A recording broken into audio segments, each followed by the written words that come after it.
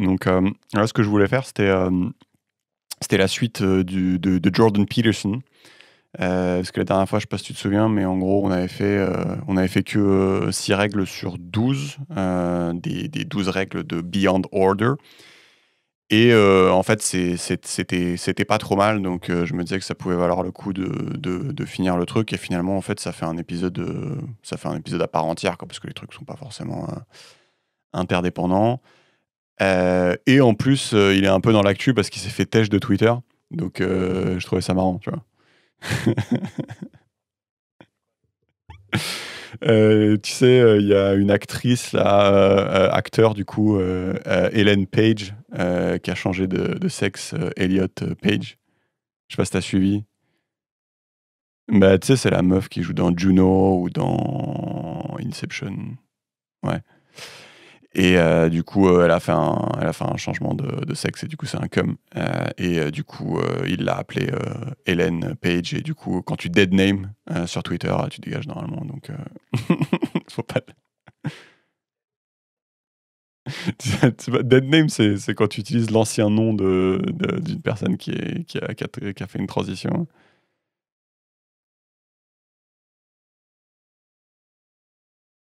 Name. Ouais, c'est ça. Ouais. Ah ouais, d'accord, Ouais. ok. Je suis content Et de du t'avoir coup, appris un truc. Mm. et du coup, et lui, il l'a appelé. Ah ouais. Mais, ah oui, d'accord. Bon. Et, et juste pour ça, il a été suspendu ou genre carrément fermé son compte, quoi. Non, non, mais tu sais, ils l'ont têche définitivement, mais tu sais, après, ils l'ont engrainé, genre en mode oui, il faut que tu t'excuses ou que tu retires le tweet, et il a fait jamais et tout, et bah, du coup, il s'est fait têche. Ah Tu ouais, sais, putain. il y a des warnings quand même et tout. Tu Putain, c'est un truc de ouf quand même. Et lui, genre quoi, il l'a fait on purpose ou juste il voulait l'interpeller sur un sujet vois. Bon, je sais pas, après, tu sais, genre, c'est Twitter, tu vois, donc c'est pas facile d'être intelligent sur Twitter, donc, tu sais, en gros, juste, Ouais, enfin, moi, je le suivais sur Twitter, et ouais, il fait pas mal de sorties tout le temps, tu vois, et donc, genre, ça, ok. ça devait arriver, tu vois. Ok, Donc voilà, il est dans l'actu, du coup, je me suis dit, vas-y, on fait Beyond Order. ça marche. Donc, ouais, je fais des petits rappels. Donc, ouais, c'est Jordan Peterson, c'est un psychologue clinicien. Le livre qu'on a fait avant, c'était 12 règles pour une vie, un antidote au chaos, et c'est 5 millions de copies. Et donc, c'est beaucoup, hein. Et donc, là, c'est la suite, c'est Beyond Order, 12 More Rules for Life. Voilà, Beyond Order. Donc, le livre d'avant, c'était un antidote au chaos, et là, c'est un antidote au quand il y a trop d'ordre, quoi, en gros. C'était ça, voilà. Donc, voilà. T'es chaud, Georges, pour apprendre à vivre ta meilleure vie. Allez, c'est parti.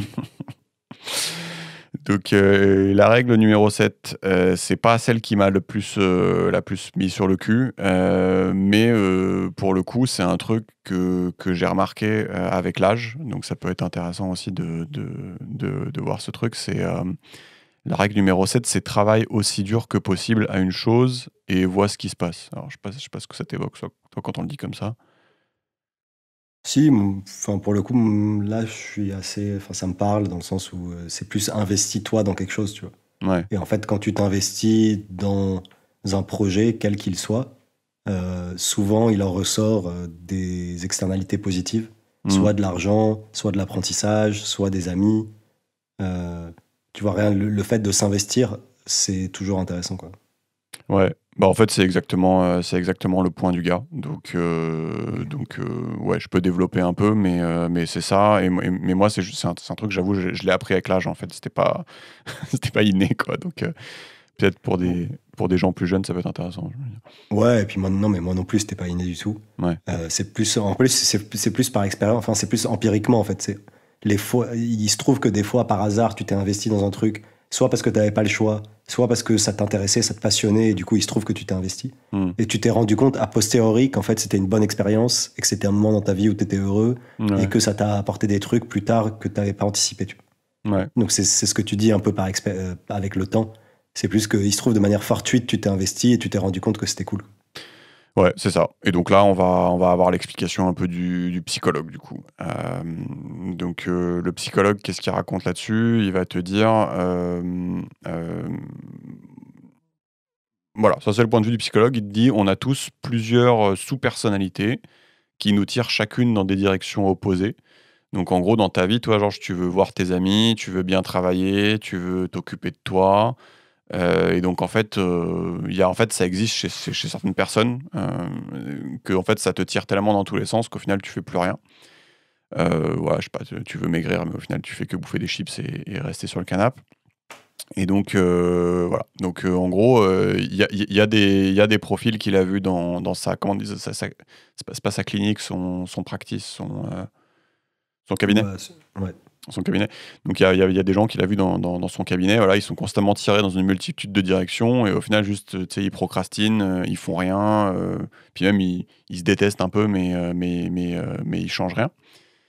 Et donc, dans cette règle-là, dans cette règle numéro 7, ce qu'il essaie de se poser la question, mais en fait, c'est quoi, du coup, si on considère que c'est pas bien, là, ces gens qui sont dans cet état d'inaction parce qu'ils sont tirés dans toutes les directions, il essaie de se demander, en fait, c'est quoi l'opposé de ce truc-là. Et donc, je sais pas, il décrit, il dit que l'opposé de ce truc-là, ça va être une espèce d'esprit unifié, mais je sais pas, appelons-le comme on veut, j'ai envie de dire, on s'en fout. Et donc, comment est-ce qu'on va vers cet esprit unifié pour pas partir dans toutes les directions. Donc ça, c'est ce que tu disais un peu, Georges. En fait, c'est la règle numéro 7, c'est un conseil qui est vachement terre à terre. C'est choisis un but, n'importe lequel. Ça peut être arbitraire, peut-être tu sais pas ce qui t'intéresse, peut-être il y a trop de choix, machin. Bon, choisis un but, un cours sur Internet, un petit diplôme qui dure 6 mois. Et lui, il te conseille du coup de travailler très dur afin d'accomplir ce but le plus brillamment possible et voir ce qui se passe. Et du coup, tu avais compris, en gros, il dit tu vas probablement atteindre ton but, mais à la rigueur, on s'en fout. En fait, tu vas surtout gagner en discipline. Les choses vont s'éclaircir dans ton esprit. Tu sauras est-ce que ce truc est fait pour toi ou non. Et donc, forcément, ton prochain but sera beaucoup plus raffiné, quoi. Je sais pas si toi, tu as des exemples dans la vie de trucs où tu as fait ça et en final, tu t'es dit, c'est pas ça que je veux Si, faire dans ma vie, mais en fait, j'en ai retiré énormément de bénéfices, quoi. si, non, moi je trouve ça intéressant. Enfin, j'ai l'impression qu'il y a deux conseils là-dedans. Il y a un conseil genre, ne te laisse pas paralyser par la multitude de choix et Ouais. choisis dans une situation d'information imparfaite. Choisis quand même parce que ce sera toujours intéressant de te Ouais. mettre dans l'action plutôt que d'hésiter. Donc ça, il y a un conseil là-dessus. Et il y a un autre conseil, je pense, enfin, ce que tu évoquais un peu, c'est le côté concentration, quoi. Le côté essaye de t'affranchir des distractions du monde qui sont particulièrement prégnantes aujourd'hui avec tous les moyens de communication et les réseaux sociaux. Et coupe-toi et investis-toi dans un truc qui te met dans le moment présent parce que c'est là où tu vas développer cette forme d'unité, quoi. Du coup, j'ai l'impression qu'il y a un peu deux conseils en un, quoi. Ouais, il y a deux conseils en un. Et je sais pas, enfin, moi, tu sais, je me souviens quand, là, du coup, j'ai arrêté quand j'ai eu ma fille, mais je faisais pas mal de volley, de volleyball. Et en fait, tu vois, je me dis pas, c'est des années entre guillemets perdues parce que finalement, je suis pas devenu pro. Tu vois, c'est con de raisonner comme ça. Je me dis, enfin, tu sais, je me souviens du coup de tout ce que j'ai appris. Enfin, en gros, tu vas apprendre de la discipline, jouer avec les autres, être à l'heure, tu apprends un peu le corps humain, tu sais, tu fais du sport, tu comprends un peu comment ça marche. Et, euh, et au final, quand tu t'inscris, quand tu es petit, tu n'as pas du tout ça en tête. Mais en fait, c'est vachement bénéfique, en fait. Ouais. Non, c'est vrai. Toi, tu n'as pas d'exemple, toi, de trucs Si, moi j'ai des exemples. Mais aussi, enfin, je trouve qu'il y a limite un troisième conseil là-dedans, c'est aussi l'aspect, la récurrence, tu vois. Ouais. C'est genre, c'est bien de faire un truc de manière régulière pendant un certain temps avant de changer ou avant d'abandonner, tu vois. Ou de ne jamais changer ou d'abandonner, ou de continuer comme toi pour le volet, tu vois, t'as kiffé. Mais tu vois, genre, je trouve qu'on a tu vois, comme on a une attention qui se rétrécit et on a des choix qui augmentent et on a de plus en plus de tentations, on est de plus en plus connectés. On a une capacité d'investissement aussi et de fiabilité qui est réduite, quoi. Tu vois, genre, faire quelque chose pendant 1 an, 2 ans, 3 ans, 4 ans, ça devient de plus en plus dur, j'ai l'impression. Tu vois. Ouais. Donc, ouais. Ouais. Et sinon, oui, moi j'ai des exemples. Qu'est-ce que je fais, dans quoi je me suis investi Non, mais en vrai, genre, enfin, moi, il y a plein de trucs. Après, moi, il y a plein de trucs que je fais un peu naturellement, Mhm. parce que ça me demande, enfin, pour lesquels j'ai pas besoin de discipline, parce que je suis naturellement enclin à faire ça. Mhm. Et ça me fait kiffer, tu vois, genre écrire, tu vois, par exemple, parfois je me fixe des trucs, genre je dois écrire un article tous les trimestres, tu vois, Mhm. ou tous les mois, et ça me fait kiffer parce qu'il y a tout un travail de recherche derrière, enfin bref. Donc ça, c'est pas mal. Bah là, ce qu'on fait, tu vois, genre le podcast, je trouve ça cool, tu vois. Mhm. Après, il y a eu des fois où dans le boulot, je me suis beaucoup investi. Euh, Ouais, ça, c'est un bon exemple, je trouve, le boulot, parce que même si après, tu sais, tu changes de boulot et tu te dis, bah, au final, j'aurais pu en branler moins et ça aurait été cool. Bah, au final, non, pas tant que ça, tu vois. Enfin, en fait, quand tu t'investis, finalement, tu apprends aussi énormément de trucs. ouais, Euh, et je sais ouais, pas, moi, tu sais, je voulais, je voulais citer un exemple. Tu sais, je me souviens, j'étais allé dans un camping et j'attendais à l'accueil. Je me souviens plus pourquoi, j'attendais. Genre, j'étais assis, j'attendais. Et tu sais, il y avait plein d'Allemands partout dans le camping, je sais pas pourquoi. Je sais pas si c'était près de la frontière ou je sais pas quoi, il y avait plein d'Allemands. Et t'avais une fille à l'accueil qui était un peu dédiée, tu sais, à discuter avec les Allemands parce qu'elle parlait un petit peu allemand. Et donc moi, j'observe la scène et elle était jeune, tu vois, donc c'est marrant. Mais tu vois, typiquement, elle savait pas dire plaque d'immatriculation. Et au bout du 8e allemand qui passe, elle sait toujours pas dire plaque d'immatriculation. Et si tu veux, elle est obligée de le dire à chaque allemand, en fait, tu vois. Et donc j'étais là, ça me faisait rire parce que je me dis, mais en fait, tu sais, elle est jeune et probablement qu'elle comprend pas, mais enfin, tu sais, c'est pas forcément compliqué juste de se dire, vas-y, je vais essayer de faire le truc bien, je vais me faire une petite feuille de vocabulaire, je vais voir comment on dit plaque d'immatriculation, et il y avait plein d'autres mots évidemment, pour pouvoir, je sais pas, genre vachement bien parler allemand, je t'ai téléchargé du Duolingo, peut-être que à force, les gens ils vont me demander de traduire les posters dans le camping en allemand. Je vais peut-être apprendre Photoshop, tu vois. Et en fait, je trouve que c'est un truc que tu comprends pas quand tu es jeune, c'est que en fait, quand tu te donnes sur un truc, en fait, souvent il y a plein de choses auxquelles tu t'attendais pas qui vont aller avec. Et c'est pour ça que j'aime bien ce conseil. Je trouve que c'est assez cool, quoi. Du coup, ouais. Non, c'est vrai, c'est vrai. Moi, je suis complètement d'accord avec ça. Et tu sais, ça aide beaucoup les gens qui hésitent aussi. Tu sais, qui ont un peu la paralysie du choix et qui veulent absolument avoir toutes les informations ou mesurer tous les risques ou être mm, capable de calculer l'optimum avant de prendre une décision. ouais, En fait, le problème, c'est que ça n'arrive jamais dans la vraie vie. T'as jamais toutes les infos. c'est Euh, ça. et de deux, c'est un peu une excuse aussi pour procrastiner, souvent, le fait de ne pas savoir choisir. Et du coup, c'est vrai que ça, c'est un conseil assez intéressant. Enfin, moi, j'ai eu pas mal de gens dans mon entourage, même moi, parfois, je me dis, bah, allez, vas-y, genre, juste prends, choisis et tu verras ce qui se passe, quoi. Ouais, c'est bien que tu dises ça parce que justement, il donne une astuce et je crois que cette astuce, je l'ai pas mal imprimée parce que j'ai beaucoup aimé. C'est qu'en gros, il dit euh, imagine, tu as choisi un truc à faire, tu es en train de le poncer, tu es en train de te donner dessus, et juste quand tu es arrivé à 50% du but, tu te dis bah en fait, c'est pas vraiment pour moi ce truc-là, je sens que c'est pas mon truc, quoi. Et lui, il dit, bah, tu fais quoi dans ce cas-là? Parce que du coup, la tentation, c'est d'abandonner et juste de dire, bon, bah, c'était pas pour moi, du coup, j'abandonne. Mais lui, il dit, en gros, t'as pas vraiment de moyen de savoir est-ce que t'es pas un peu en train de te mentir à toi-même et juste à la flemme et machin.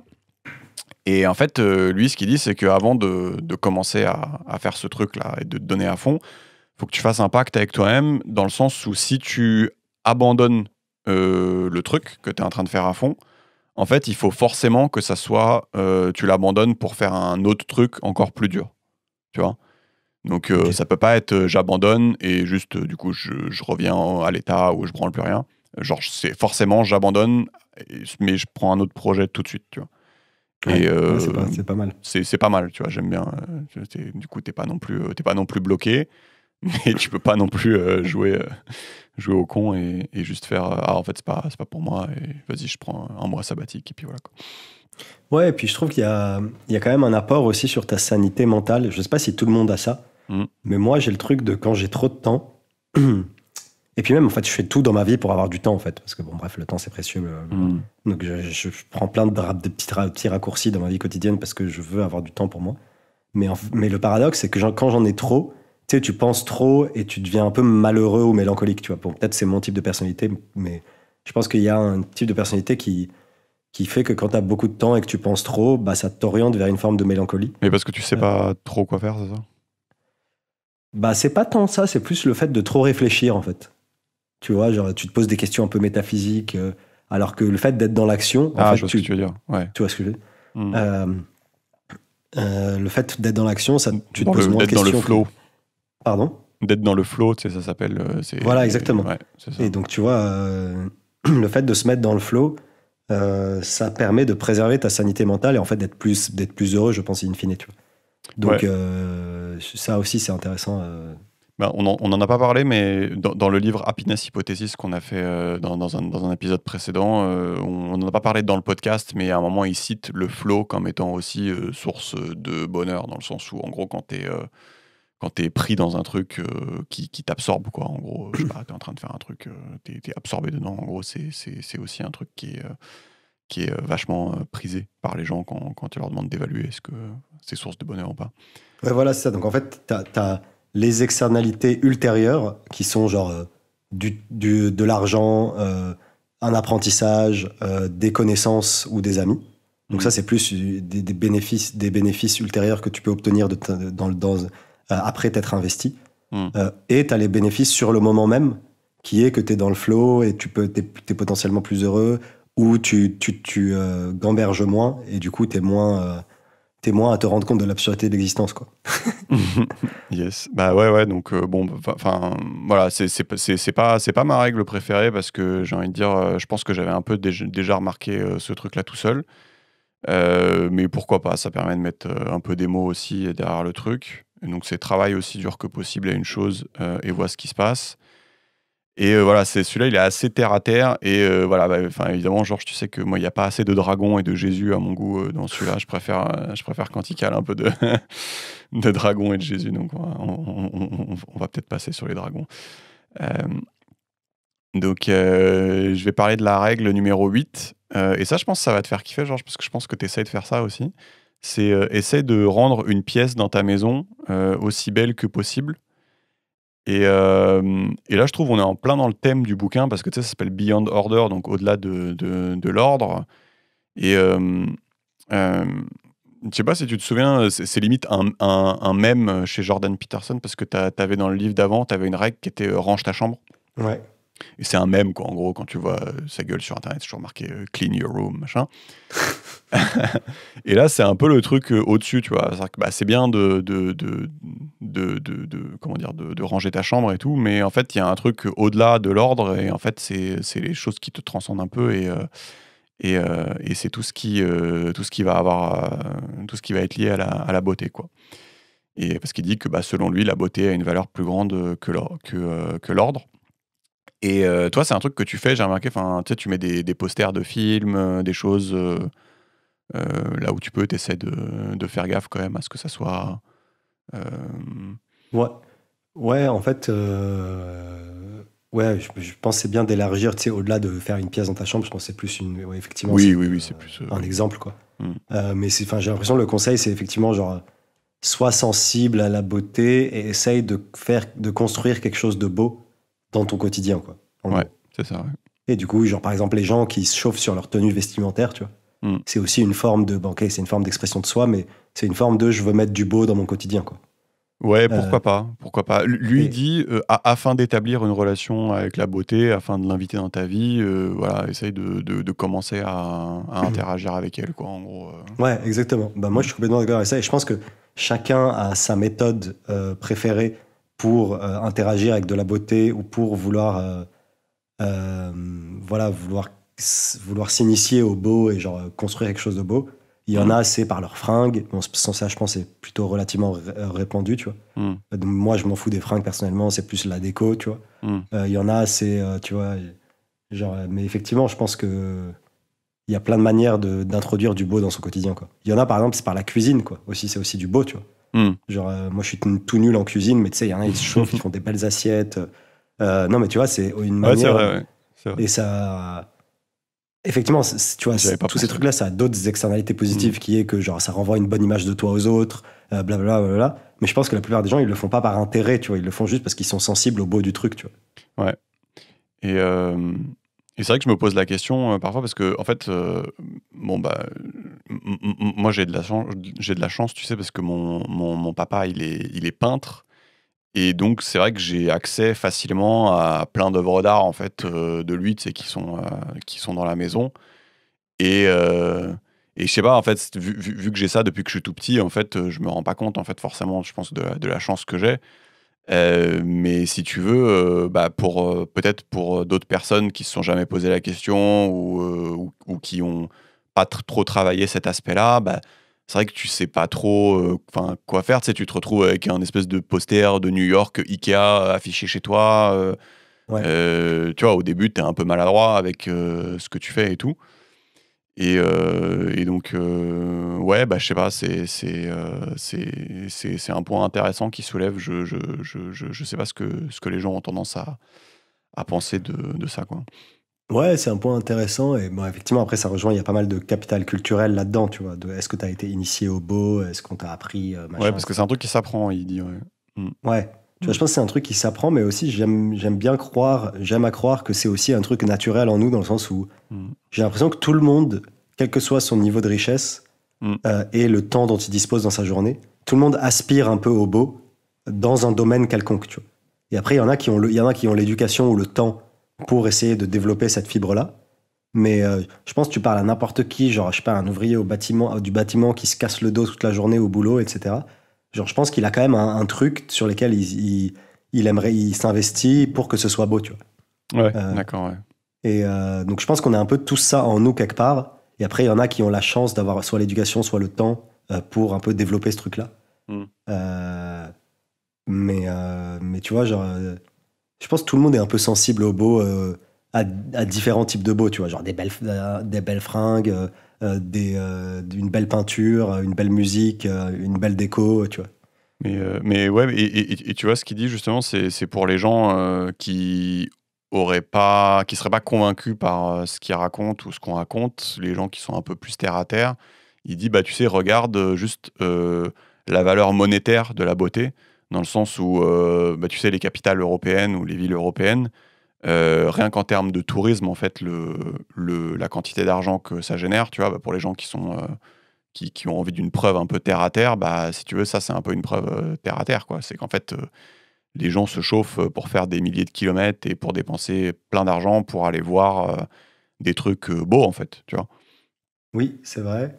Mais après, genre, enfin, je suis même pas sûr que les gens aient besoin d'un truc terre à terre dans le sens. Bah, après, j'en sais rien, tu vois. Mais Ouais, c'est je une pense, parenthèse au cas où. ouais, ouais, non, c'est une parenthèse. Mais je pense que la manière d'esquiver le truc, je pense que tu peux avoir des jugements sur un type de beauté, tu vois. Tu peux avoir des gens qui te disent, ah, moi, les fringues, je trouve ça superficiel, je m'en branle, tu vois. Ouais. Mais cette personne-là, c'est sûr qu'elle a un autre domaine où elle se masturbe sur une forme de beauté. Ouais, d'accord. Tu vois ce que je veux dire? Ouais. C'est ça qui est intéressant, en fait, c'est que genre, quel que soit ton jugement et en fait, l'aspect pluridisciplinaire ou l'aspect genre, comment ça dire, genre omnipotent de la beauté, genre, en fait, tu peux retrouver de la beauté partout. Ce qui fait que genre, le gars qui critique la beauté à l'endroit X, c'est sûr, il s'investit pour que l'endroit Y soit beau, tu vois. Ouais, d'accord, je vois ce que tu veux dire. Ouais. Et donc, tu vois, genre, il y aura toujours. Je pense que on trouvera toujours chez n'importe qui, même le mec qui juge le plus, un endroit où il veut où il a une forme de sensibilité à la beauté. Tu Mm. Je vois ce que tu veux dire, ouais. Et Et genre, le mec qui méprise la peinture, bah, peut-être qu'il kiffe la déco. Et le mec qui méprise la déco, bah, peut-être qu'il kiffe, tu vois, genre la musique. Et le mec quelqu'un qui méprise la beauté partout, j'avoue, ça doit pas être. ouais, c'était difficile à trouver.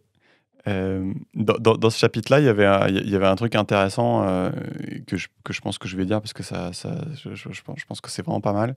C'est, tu sais, il essaie de donner sa définition à lui de l'art. Donc c'est toujours cool d'avoir cette définition chez un mec qui est un peu réfléchi. Et en gros, sa définition de l'art, c'est qu'il dit les artistes transforment ce qui est inconnu en connu. En gros, il dit ils prennent un morceau de l'inconnu et le transforment en image, en musique, en histoire. Et donc, en gros, pour lui, les artistes se positionnent systématiquement aux frontières du connu. Et d'ailleurs, il dit que c'est pour ça, tu sais, que c'est les premiers à chaque fois à emménager dans les quartiers malfamés et à les élever en statut avant que la classe moyenne y emménage. Euh, lui, il va argumenter qu'en fait, un artiste, qui est un vrai artiste, il comprend pas vraiment ce qu'il fait. Quand il crée de l'art, il est aux frontières du connu, quoi. Et ce qui est intéressant, il dit qu'à partir du moment où l'artiste comprend ce qu'il fait, c'est-à-dire à partir du moment où il peint un truc où en gros il comprend, ou en gros, je sais pas, il essaie de faire passer un message et tout, en fait, c'est plus de l'art, d'après lui, c'est juste de la propagande, en fait. Je sais pas si tu vois la subtilité. C'est-à-dire que les mecs qui font de la propagande, ils transforment ce qu'ils savent déjà clairement articuler en images, juste au service de leur idéologie. Voilà. Il dit c'est un grand péché que d'utiliser le grand au service du petit. Voilà, une tactique totalitaire, la subordination de l'art à la politique. Je sais pas si ça te parle. Ouais, je comprends. Je sais pas trop quoi en tirer de cette info, mais enfin, ce que je comprends, moi, c'est de dire que, genre, en fait, quand tu es en train. Le processus créatif requiert une forme d'abandon de soi et une forme euh, de mise de côté de la raison au profit de l'émotion, quoi. Enfin, moi, c'est mon interprétation de ce qu'il dit. Mais après, peut-être je dis de la merde. Oui. Mais tu vois, c'est-à-dire Je que pense genre que le c'est mec, pas mal. pendant qu'il crée, en fait, il se rend pas compte de ce qu'il est en train de créer. Exactement. Oui, Et il se rend pas spécialement compte que ça va être un truc qui va exploser. Et il se rend Ouais. pas juste, en fait, il est en kiff. Et il y a une espèce de drive interne, de motivation interne qui le pousse à faire ça parce que ça lui plaît. Et genre, Ouais. il a envie de s'exprimer, tu vois. Mm. Et a posteriori, peut-être qu'il pourra rationaliser ou. C'est marrant parce que c'est intéressant parce que c'est peut-être pour ça aussi. Je me suis toujours dit, tu sais, dans les musées, tu as les petites descriptions à côté des œuvres. Et ça s'appelle un cartel, tu vois. Mhm. Et en fait, c'est jamais l'artiste lui-même qui fait les cartels. Oui, c'est ça, ouais. Tu vois, parce qu'en fait, c'est peut-être en lien avec ça aussi, tu vois. Exactement. En fait, l'artiste juste il crée, tu vois, et Ouais. c'est pas à lui d'interpréter le bail, tu vois. Ouais. Mais exactement. C'est vrai que pour moi, ça me paraît évident parce que mon père, quand il mettait un ciel à un endroit, un escalier à un endroit ou un monstre à un endroit, il était pas là, ah ouais, je mets le monstre ici parce que nanana, tu vois. Ouais. Juste, il fait son truc et il comprend pas exactement ce qu'il fait en fait. Et donc ouais, pour moi c'était évident, mais j'avais jamais mis de mots là-dessus. Et c'est vrai que tout ce qui est art, tu sais, où ils te disent, je sais pas, ils dessinent un truc et puis ils marquent ah le sexisme c'est mal et tout, c'est vrai que ça a tendance à me taper un peu sur les nerfs. Et en fait, du coup, je pense que j'arrive à mettre un peu des mots sur le truc. Tu utilises le grand au service d'une idéologie que tu as, quoi. Et donc, je trouve ça intéressant parce que moi, ça me parle vraiment ce qu'il dit, quoi, pour le coup. Ouais, moi je trouve ça intéressant. Et après, je pense que tu peux avoir un mélange des deux. Et en fait, ça dépend du type d'art aussi que tu fais, tu vois. Ouais. Après, j'ai pas le niveau de connaissance, en fait, j'y connais rien, mais je pense que tu peux faire de l'art totalement abstrait ou de l'art à message, tu vois. Mm. Et en fait, pour moi, tu peux quand même avoir un message tout en ayant cette pulsion tout en tout en créant ton art avec des émotions, mais en voulant faire passer un message, tu vois. Justement, lui, il dit que non, mais je pense que c'est à moduler dans le sens où, en gros, ce qu'il dit, c'est que ce sur quoi il crache, c'est en gros quand tu comprends quelque chose clairement et que tu le reproduis sous forme d'art. Je pense que tu peux aussi avoir des messages que tu veux faire passer, mais que tu comprends pas clairement. Tu vois ce que je veux dire ? Ouais. C'est-à-dire que tu sais qu'il y a un problème. Je sais pas, imagine les mecs qui font de l'art un peu engagés, ils savent qu'il y a un problème dans la société et ils vont réussir à faire une œuvre qui va dire ouais, il y a un problème, je pense que c'est de ce côté-là et tout, machin, mais ils ne savent pas l'énoncer clairement, tu vois. Et dans ces cas-là, je pense qu'ils seraient d'accord quand même pour dire que ça reste de l'art, mais c'est le côté clair. Et encore une fois, le truc, c'est je pense pas qu'il se place genre en grand juge de la définition de ce que c'est l'art. C'est juste, voilà, c'est un essai, il raconte sa life et c'est intéressant, tu vois, de se dire, ok, en effet, on pourrait faire la distinction entre les gens qui sont aux frontières du connu et les gens juste qui mettent de la peinture sur, en gros, parce qu'ils ont envie de reproduire ce qu'ils savent clairement énoncer. Je trouve que c'est intéressant de faire le distinguo entre les deux, en fait. C'est pas forcément une définition. Je suis d'accord, c'est intéressant. Après, je pense qu'effectivement, on pourrait sortir pas mal d'autres définitions de l'art. Exactement. On pourrait pas passer du temps sur ce truc-là. Parce que tu sais, t'as des gens qui industrialisent un peu l'art, mais est-ce que ça reste de l'art? Enfin, tu vois, bref. Ouais, c'est ça. Genre, Donc, genre Andy Warhol, tu vois. ouais, c'est ça, c'est ça. Mais c'est considéré comme de l'art quand même, tu vois. Et j'avais vu, t'avais un autre gars, j'avais trop kiffé ça. Mm. J'avais vu dans un musée, je pense que c'est un mec connu, bon, je Non, mais vas-y. suis pas culturé, tu vois, mais c'est un mec, en fait, ses œuvres, c'était des instructions. Et je trouve ça génial. En fait, Ça me dit quelque chose, ouais. tu vois, genre son œuvre, tu vois, genre, c'est une sorte de tutoriel, par exemple, en 10 points. Et il dit, genre, tu te places sur une pièce, tu commences du coin en bas à gauche, tu traces une ligne avec un angle de 20 degrés. Et à la fin de cette ligne, tu reprends la fin de cette ligne et tu retraces une ligne avec un angle de 20 degrés. Donc voilà, je dis n'importe quoi, tu vois. Et donc ça, c'est un jeu d'instruction, tu vois. Et à la fin, en gros, ça fait que n'importe qui, n'importe quel musée, n'importe quelle galerie peut reproduire son art en suivant ces instructions. Et du coup, moi, j'étais allé dans un musée et il y avait genre pas mal de ces œuvres qui étaient reproduites, mais sur la base des instructions, tu vois. Ouais, et en fait, ça me dit quelque chose, et c'était assez stylé, c'était des formes géométriques, c'était des trucs au mur, et en fait, c'était assez beau, quoi. Mais en fait, lui, ce qu'il faisait, c'est juste donner les instructions. Et peut-être qu'il le faisait une fois chez lui pour le kiff, tu vois. Mais en fait, son art, c'était les instructions, quoi. Tu connais pas le nom du gars? Non. Non. Mais tu vois, mais je pense que dans les commentaires, il y a des gens qui vont retrouver quand même. Ouais, et je trouvais ça génial parce que du coup, en fait, ce qu'il faisait, c'était de l'art reproductible, tu vois. Et en fait, ce qu'on allait voir dans les musées, c'était un des exemplaires ou des reproductions, enfin pas des reproductions, mais un des exemplaires de son œuvre qui a été réalisé en suivant ses instructions, mais pas du tout par lui-même, en fait.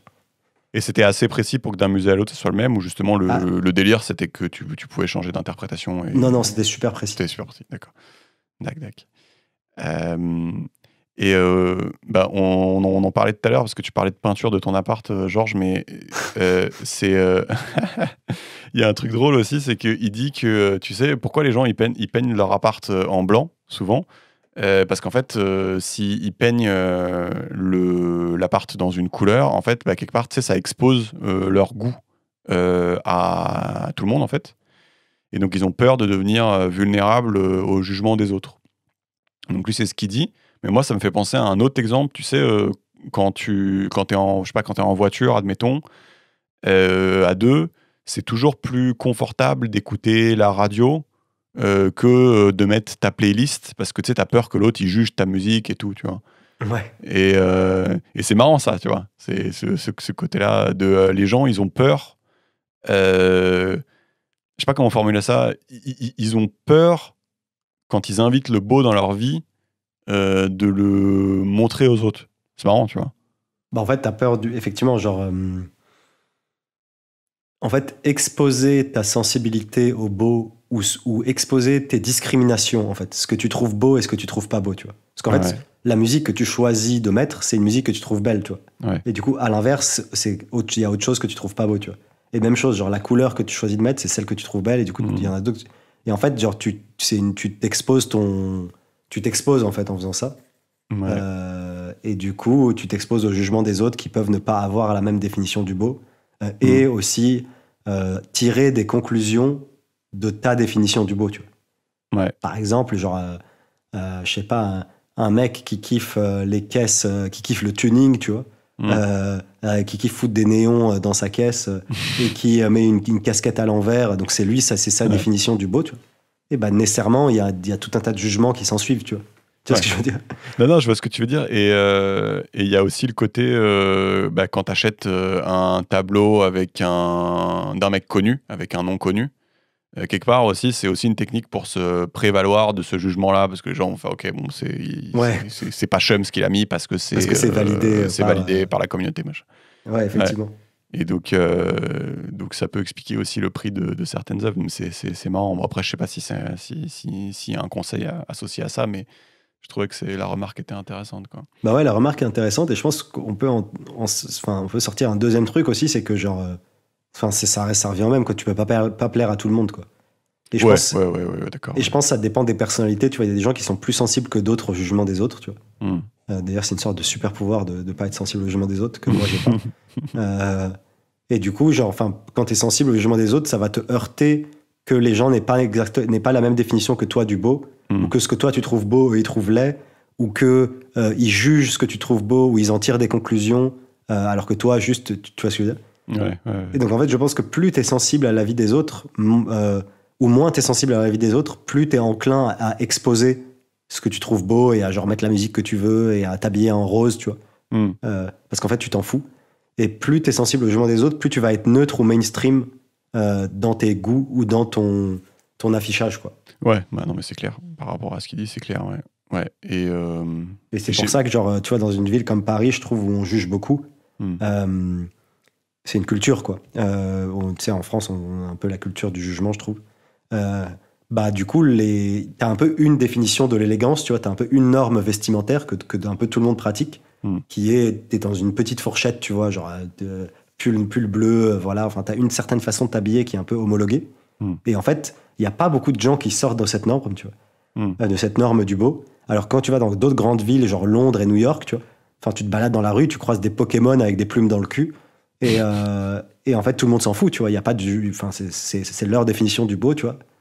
Et enfin, c'est tout ça pour dire que c'est très lié au jugement, quoi, ta capacité à t'exposer ou pas.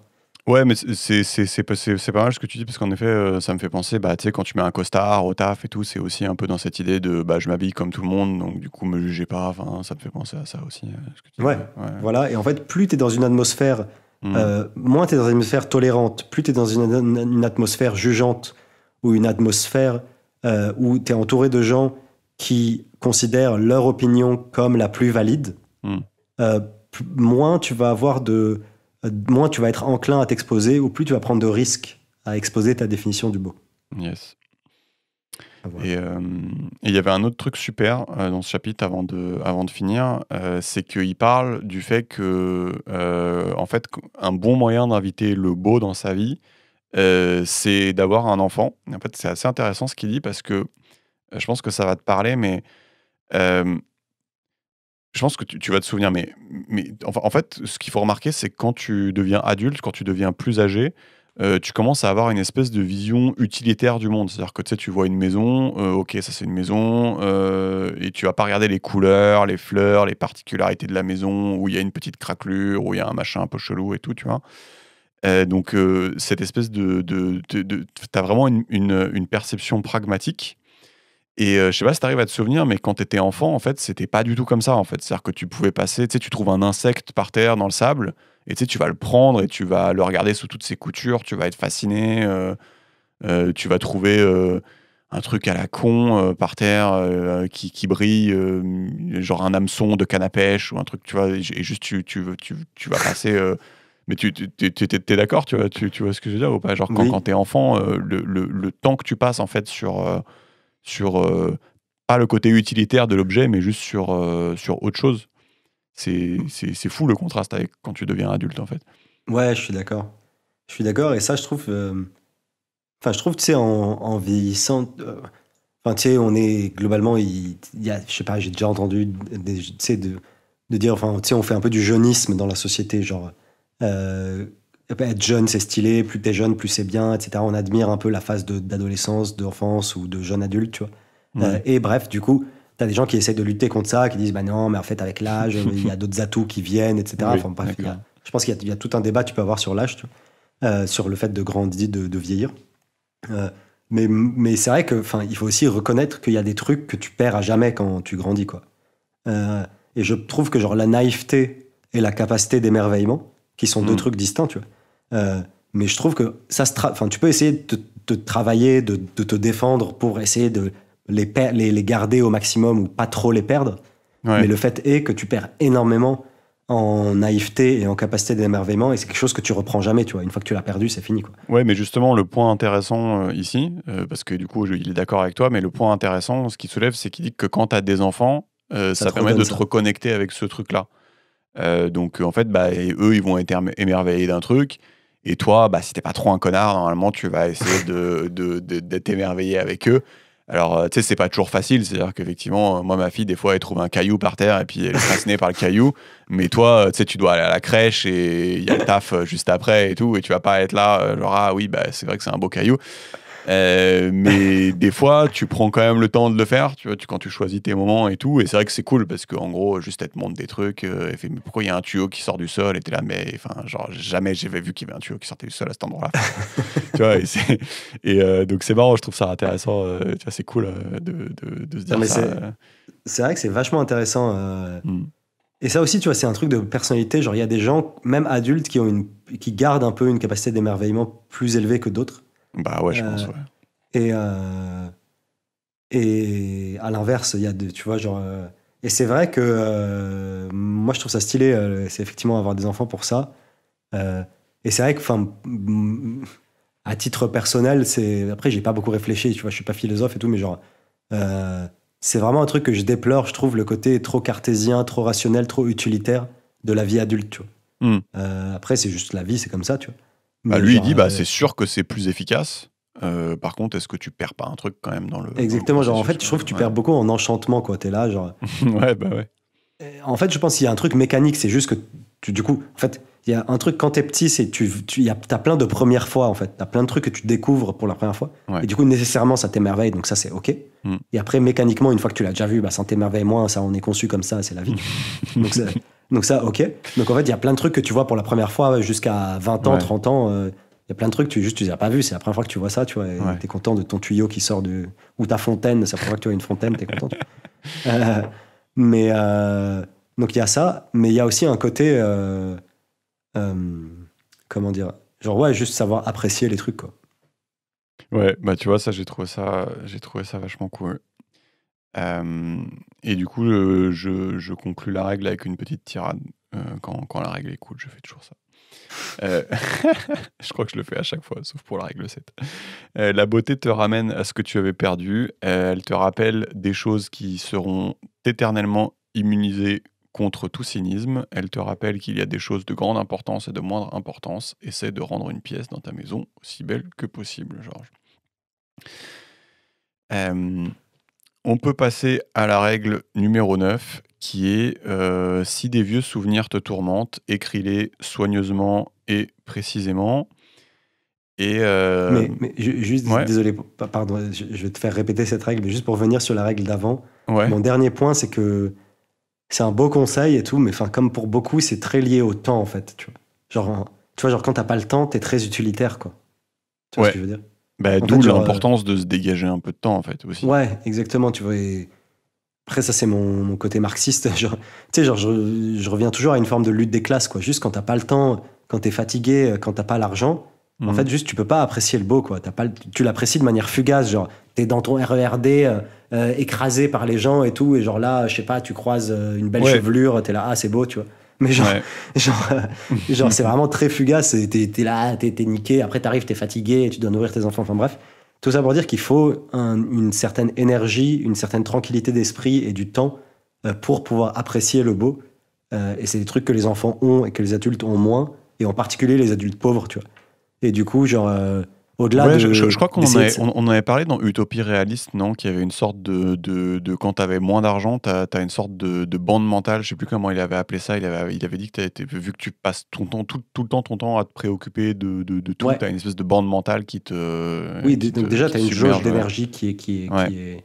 d'énergie mentale qui est toute basse. Mais en plus, Mhm. juste très concrètement, enfin oui, t'as pas le temps d'apprécier le beau. Et en fait, du coup, genre, toutes tes décisions et tout ton mindset et toute ta manière de penser, elle est orientée vers l'utilitaire parce que tu dois survivre, Oui, parce c'est que tu ça, dois. ouais, c'est ça, c'est ça. Et en fait, alors que quand tu es dans ton Uber tranquille, en train d'aller de te rendre, je ne sais où, genre au resto ou de te rendre à l'aéroport parce que tu pars en voyage, tu vois. Hmm. Bah là, en fait, t'es tranquille, tu peux te laisser aller au beau, tu vois ce que je veux dire?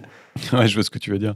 Mais donc du coup, ouais, mais disons aussi que du coup, bah, quand t'es pas au SMIC et que tu lis cette règle pour la première fois, ça peut éventuellement aussi t'aider à t'orienter. Euh, voilà, moi, ça m'arrive de partir pour vraiment faire chier les gens avec ma fille. Moi, ça m'arrive de partir plus tôt quand je vais à la crèche, juste parce que comme ça, t'as le temps de chiller sur le chemin. Tu sais, elle sort de la poussette, elle marche. Ouais, Elle voit un truc, elle voit un chien, elle est contente, tu vois. Enfin, c'est juste. En fait, je fais l'effort de partir avant, du coup, parce que du coup, on n'est pas obligé de foncer avec la poussette, quoi, tu vois. Et voilà, c'est un truc. Une fois que tu l'as lu, peut-être tu le mets en place un peu plus facilement, quoi. Je me dis. ouais, non, mais c'est sûr, il y a le côté, genre, il faut être au courant de Ouais, l'importance de faut y avoir s'aménager du pensé. Ouais. temps et d'être sensible au beau. Et il faut en avoir les moyens, la possibilité, quoi. Yes. Est-ce que tu me laisses passer à la règle numéro 9? Donc c'était si des vieux souvenirs te tourmentent, écris-les soigneusement et précisément. Donc après son premier livre, il a eu plein de retours. Les gens lui disaient bah, j'ai quitté l'alcool, j'ai un travail, j'ai une famille, mais je ressens toujours comme une sorte de culpabilité de mes actions passées. Donc les mecs, je sais pas, se sont un peu mis dans le droit chemin, mais voilà, quand ils ont fait de la merde avant, ils se sentent toujours un peu coupables. Et donc lui, son expérience de psychologue clinicien, il dit que bah, en général, il faut 2 ans au minimum pour que tes vieux souvenirs arrêtent de te hanter. Et si les vieux souvenirs continuent à te hanter, c'est-à-dire s'ils résonnent toujours émotionnellement de façon négative, je sais pas si tu as de la peur, de la haine, de la honte, après 2 ans, apparemment, ça veut dire que bah, juste il y a une information à l'intérieur du souvenir qui n'a pas été développée. Voilà. Et donc, il va raconter, par exemple, pour illustrer le truc, l'histoire d'une de ses patientes. Donc, une de ses patientes qui lui raconte son trauma. Et donc, le trauma de la patiente, elle explique, elle explique qu'elle avait été abusée sexuellement par son cousin.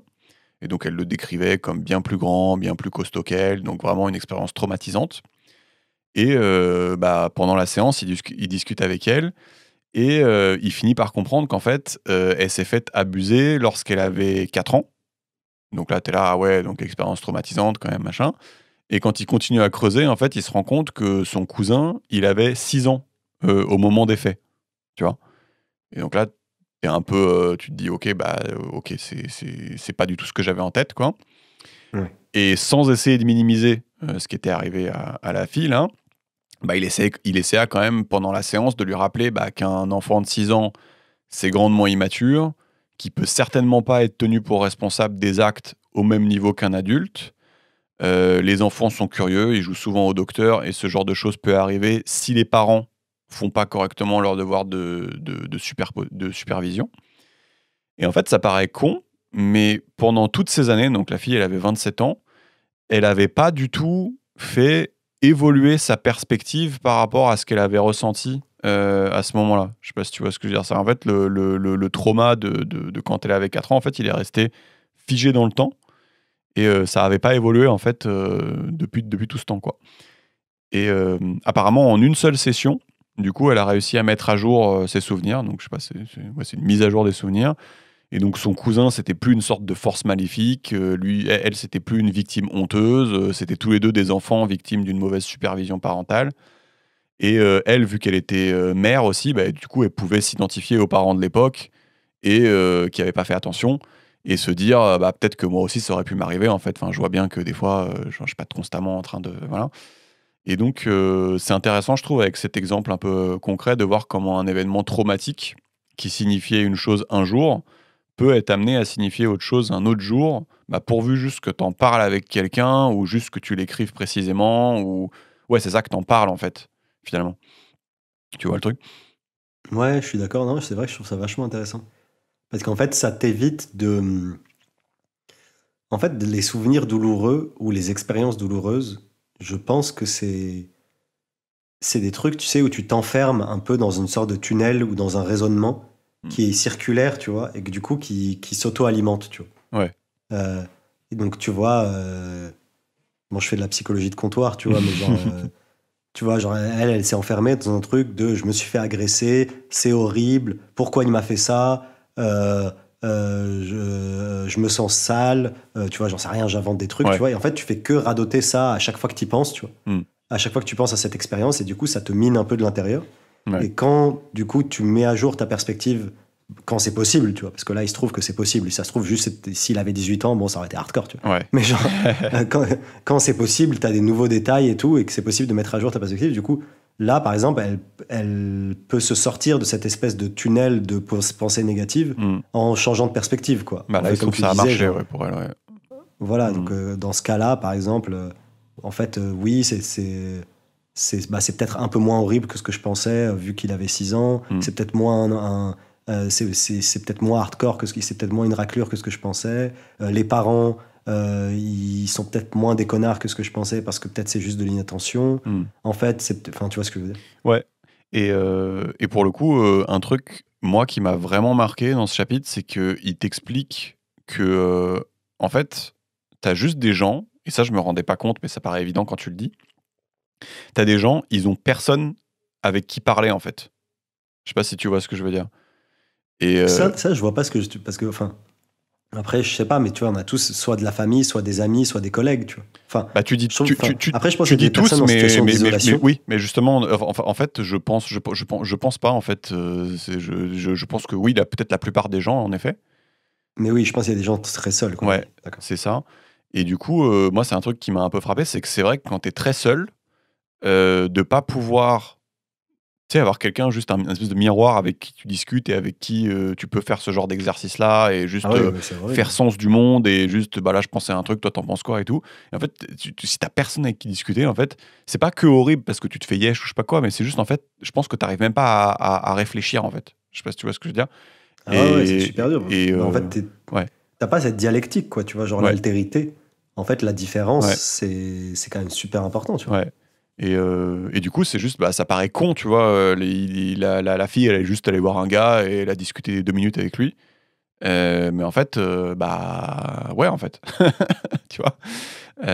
Finalement, Oui, et puis en plus, plus cette expérience a été traumatique pour toi ou a été chargée en émotions pour toi, plus ça va être dur de prendre du recul et de tout seul ou de changer de perspective tout seul, tu vois.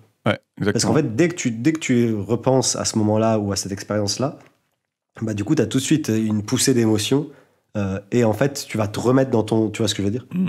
Je Ouais, pense que genre, moins tu es émotionnellement attaché ou moins tu es émotionnellement atteint par une expérience, plus tu vas être capable de l'analyser froidement et de potentiellement dire ah oui, je change de perspective, je me déduplique, je fais une dialectique interne avec moi-même. Et plus c'est chargé en émotions, plus en fait tu vas t'enfoncer dans un truc et ta peur, ta haine, ta colère vont ressortir, tu vois.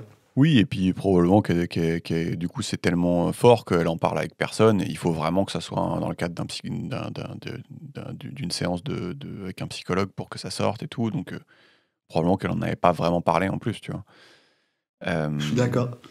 Après, la limite de ça, je trouve, c'est la capacité de la mémoire, quoi. Genre,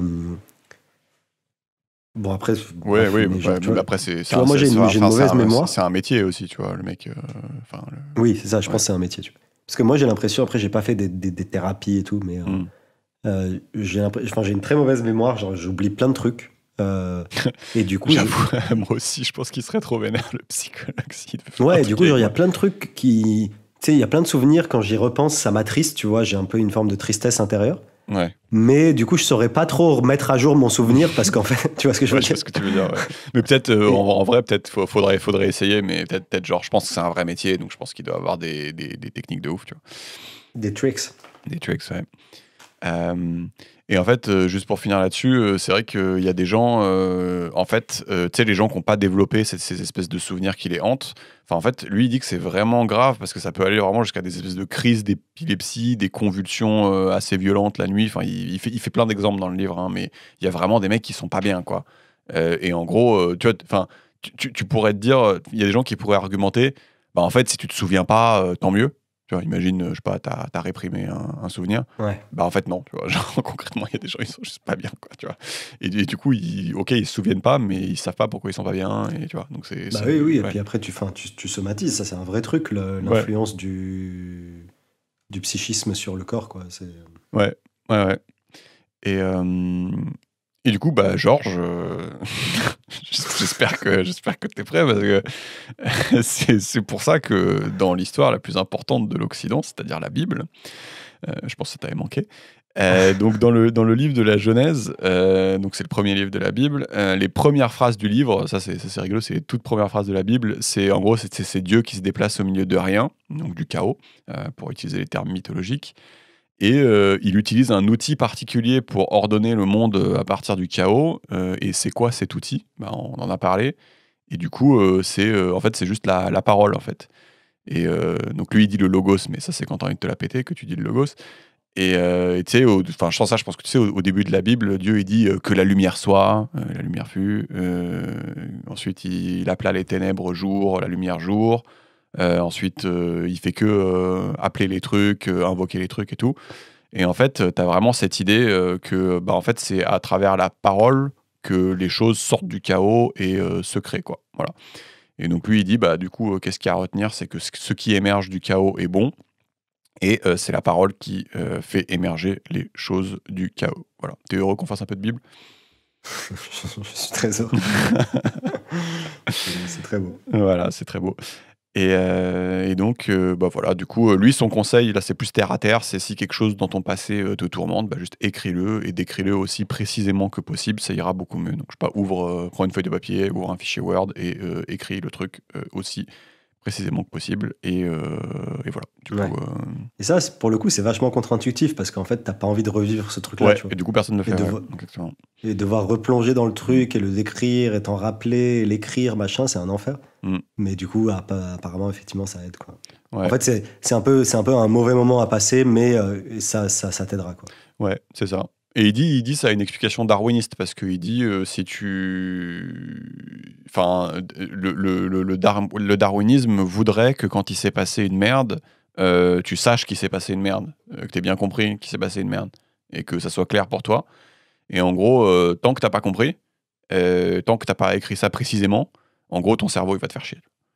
Et donc c'est un peu la manière de ton cerveau de dire ok, t'as pas bien cartographié ce qui s'est passé, il y a un problème, du coup je vais rester en alerte alors que voilà, Ok. tu vois.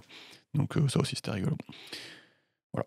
Donc si des vieux souvenirs te tourmentent, écris-les soigneusement et précisément, Georges. C'est marrant.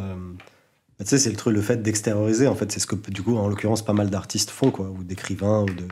Tu sais, Ouais. genre, il y a pas mal de trucs qui partent de leurs expériences personnelles, et genre, je sais pas, il s'est fait, elle s'est fait violer, elle fait une peinture, Mm. il s'est fait tabasser, il en fait une nouvelle, il s'est fait machin, elle s'est fait quitter, elle en fait une chanson, tu vois. Et du coup, en fait, les artistes, ils pratiquent ça déjà sans le savoir, quoi. En C'est ça, sachant. ils sont au-delà de l'ordre. Tout à Ouais, et fait. du coup, enfin, et tu vois pas mal d'interviews d'artistes qui disent bah, j'avais besoin d'écrire ou j'avais besoin de chanter parce que je me sentais mal et du coup, c'est ma thérapie, tu vois. Et en fait, ce qu'il dit, ça justifie ça, quoi. Ouais, ouais, c'est vrai. Et tu sais, ça me fait penser enfin moi quand j'étais jeune, c'était les années MTV là, où en gros il y avait pas mal de rock qui était à la mode, de hard rock. Ouais. Et en gros c'est marrant parce que tu sais, tous ces groupes, en gros quand ils étaient jeunes, ils étaient un peu vénères, ils étaient un peu frustrés, ils trouvaient que la vie c'était nul, nanana, ils faisaient leurs chansons et c'était des vrais trucs quoi.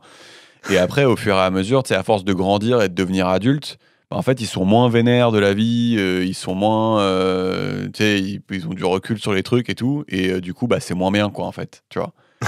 Et c'est marrant, tu vois. Et donc, ouais, ça rejoint ce que tu dis. J'ai l'impression que tu as vraiment besoin aussi de ressentir des trucs un peu forts pour écrire des choses un peu fortes aussi. Donc, c'est marrant, ouais. Est-ce qu'on passe à la règle 10? Yes. Règle 10, travaille avec diligence au maintien de la romance dans ta relation amoureuse, Georges. Celle-là, elle est marrante. Et du coup, il va commencer en parlant d'un espèce de couple en particulier dont il s'est occupé, toujours en tant que psychologue clinicien. Donc j'imagine, quand tu fais staff, tu traites aussi des problèmes de couple. Et il raconte cette histoire dans le sens, il dit, mais ça j'en ai vu 1 million en gros, des couples comme ça passer. Donc c'est vraiment, tu peux t'appuyer sur cette histoire, en gros c'est du classic shit quoi. Et du coup, qu'est-ce qui se passe? En fait, lors de la séance, il demande au couple, c'est quand la dernière fois que vous êtes sortis faire un date? Et donc le couple rigole et ils disent, nous on se dispute tout le temps, donc on va sûrement pas se mettre à faire des dates en fait. Et donc lui il demande, ok, mais donc c'est quoi le plan? C'est-à-dire que pendant les 60 prochaines années, en fait, vous allez plus passer de temps ensemble, c'est ça le plan? Et donc, vu que c'est un plan de merde, il dit, moi, Jordan Peterson, je vous recommande de sortir 1 fois par semaine. Et donc 1 fois par semaine, ça fait 3000 fois jusqu'à la fin de votre vie. Voilà. Et donc, pourquoi tu as envie de faire ça? Parce que c'est quoi l'alternative? C'est, est-ce que tu as envie de passer le reste de ta vie avec quelqu'un qui, tous les jours, t'accueille avec le sourire, ou est-ce que, quand tu rentres le soir, ou est-ce que tu as envie de passer ta vie avec quelqu'un qui t'ignore quand tu rentres le soir? Et donc le couple dit, ok, on va sortir faire un date. Et du coup, la fois d'après, ils reviennent le voir, et ils sont super fiers d'annoncer que ça s'est hyper mal passé. Et ils disent, bah, on s'est disputé pendant toute la soirée. Et tu sais, ils disent ça avec une espèce de fierté. Je pense que tu vois le genre de truc. Tu vois, Oui. genre, ils sont fiers. Ah, tu t'es trompé, petit psychologue de mes deux. Voilà. Ça s'est mal passé. C'est de la merde, tes conseils. Nous, on s'entend vraiment mal. Et du coup, bah, ils les engueulent un peu et ils disent non, mais ok, mais vous êtes tous les deux des clampins. Un, vous savez probablement pas comment faire pour passer une bonne soirée romantique. Et deux, même si il fut un temps où vous le saviez, vous avez probablement oublié comment faire. Ou trois, vous êtes tous les deux peut-être pas très romantiques, quoi. Et du coup, c'est un truc qui s'apprend et c'est pas un don du ciel. Est-ce que vous croyez vraiment que vous allez réussir à vous en sortir en une fois? Euh, il faudra probablement faire 15 dates avant de maîtriser le truc. Et en fait, c'est quoi 15 par rapport à 3000? Bah, en fait, c'est rien, en fait. D'accord? Donc, faut pas penser qu'une chose aussi complexe qu'un mariage peut être gérée sans effort. Et du coup, bah, il s'est passé quoi? Apparemment, après la 10e sortie, ils sont arrivés au cabinet tout souriants. Et ça s'était bien passé cette fois.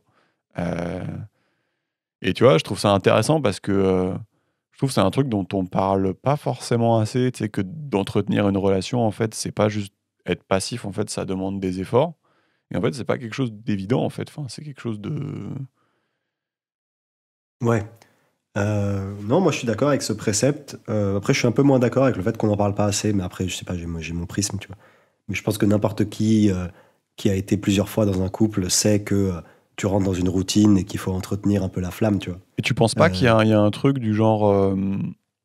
les gens après, se disent, ah, mais si ça coule pas de source, c'est que c'est pas bon, tu vois. Enfin, tu vois oui, pas, si, il y a un peu de si, ça, non, mais je je trouve. pense il y a cette idée de base, tu vois. Mais je pense que ça, c'est une idée naïve, un peu jeune, tu vois. Et je pense que dès que tu as que tu été une, deux, trois, quatre fois en couple, tu vois, Ouais, donc d'accord. quand même relativement tôt, tu sais qu'en fait, ça se fait tout seul, ça s'arrête au bout d'un moment. Ouais. Mais je suis un peu Et d'accord avec toi, mais du coup, ça veut dire qu'il est tombé sur des tocards, quoi. bah, soit, bah, oui, ou après, peut-être qu'on a notre prisme, mais peut-être que notre génération, elle est plus avancée là-dessus. Je sais pas, j'avoue, j'ai pas la connaissance. Mais effectivement, je pense qu'on a tous un peu cette image au début de ça coule de source, ça se fait tout seul, c'est la romance, ça ne se recrée pas artificiellement, la passion, c'est quelque chose de spontané, tu vois, tout ça, tout ça. Mais je pense que c'est quand même un truc qui part très rapidement quand t'as été deux, trois fois en couple, quoi. Ouais, ouais, ouais. Bah non, mais c'est vrai que moi, je suis d'accord avec ce que tu dis, mais c'est vrai que lui, il a tendance plutôt à dire qu'en gros, il en voit passer des milliards, quoi, des couples comme ça, Oui, quoi. parce que ouais, mais, bah, je pense déjà peut-être que je surestime Hmm. voilà, le fait de le savoir, la proportion des gens qui ont compris ça. Et il y a aussi, je pense qu'il y a aussi un gap, un écart entre le fait de le savoir et le fait de le pratiquer, tu vois. Oui, oui, Et, probablement, ouais. Hmm. et pour moi, c'est peut-être ça qui est encore plus gros, tu vois. Parce que, enfin, en tout cas, Oui, oui, après, je sais pas, oui, oui, c'est comme quand quand t'es obèse, tu sais qu'il faut... ouais, Voilà, mais bon, tu restes obèse, quoi. c'est ça. Et le fait de le pratiquer Hmm. sur la durée, tu vois, comme l'exemple Ouais, l'a ouais, souligné, tu vois. en effet, Il ouais. suffit pas de faire un date et dire, ah bah voilà, en fait, j'étais sûr que c'est de la merde. Enfin, c'est vrai que ça, par exemple, je pense que plein de gens seraient enclins à le faire, tu vois, parce qu'en fait, en plus, tu sais, quand tu commences à faire des efforts, à faire des efforts ou à vouloir.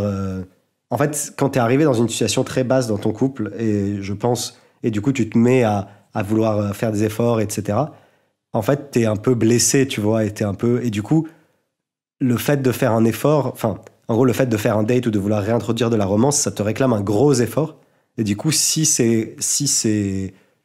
bah, comment dire, si c'est mal accueilli ou si ça se passe mal, ça va te heurter démesurément. Tu vois ce que je veux dire? Oui, je vois ce que tu veux dire. Et En ouais, gros, genre, et parfois c'est mal accueilli, ouais, en effet. voilà, Enfin, donc en fait, tu sais, ça se passe mal dans ton couple, tu mm, t'engueules, etc. Donc déjà, t'es vénère, tu vois, genre, t'as pas envie de faire des efforts et tout, t'as envie d'être un connard, tu vois.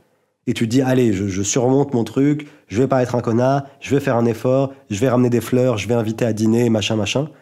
Et et ça se en passe pas fait, bien la parce personne en que... Ouais, face, c'est ça.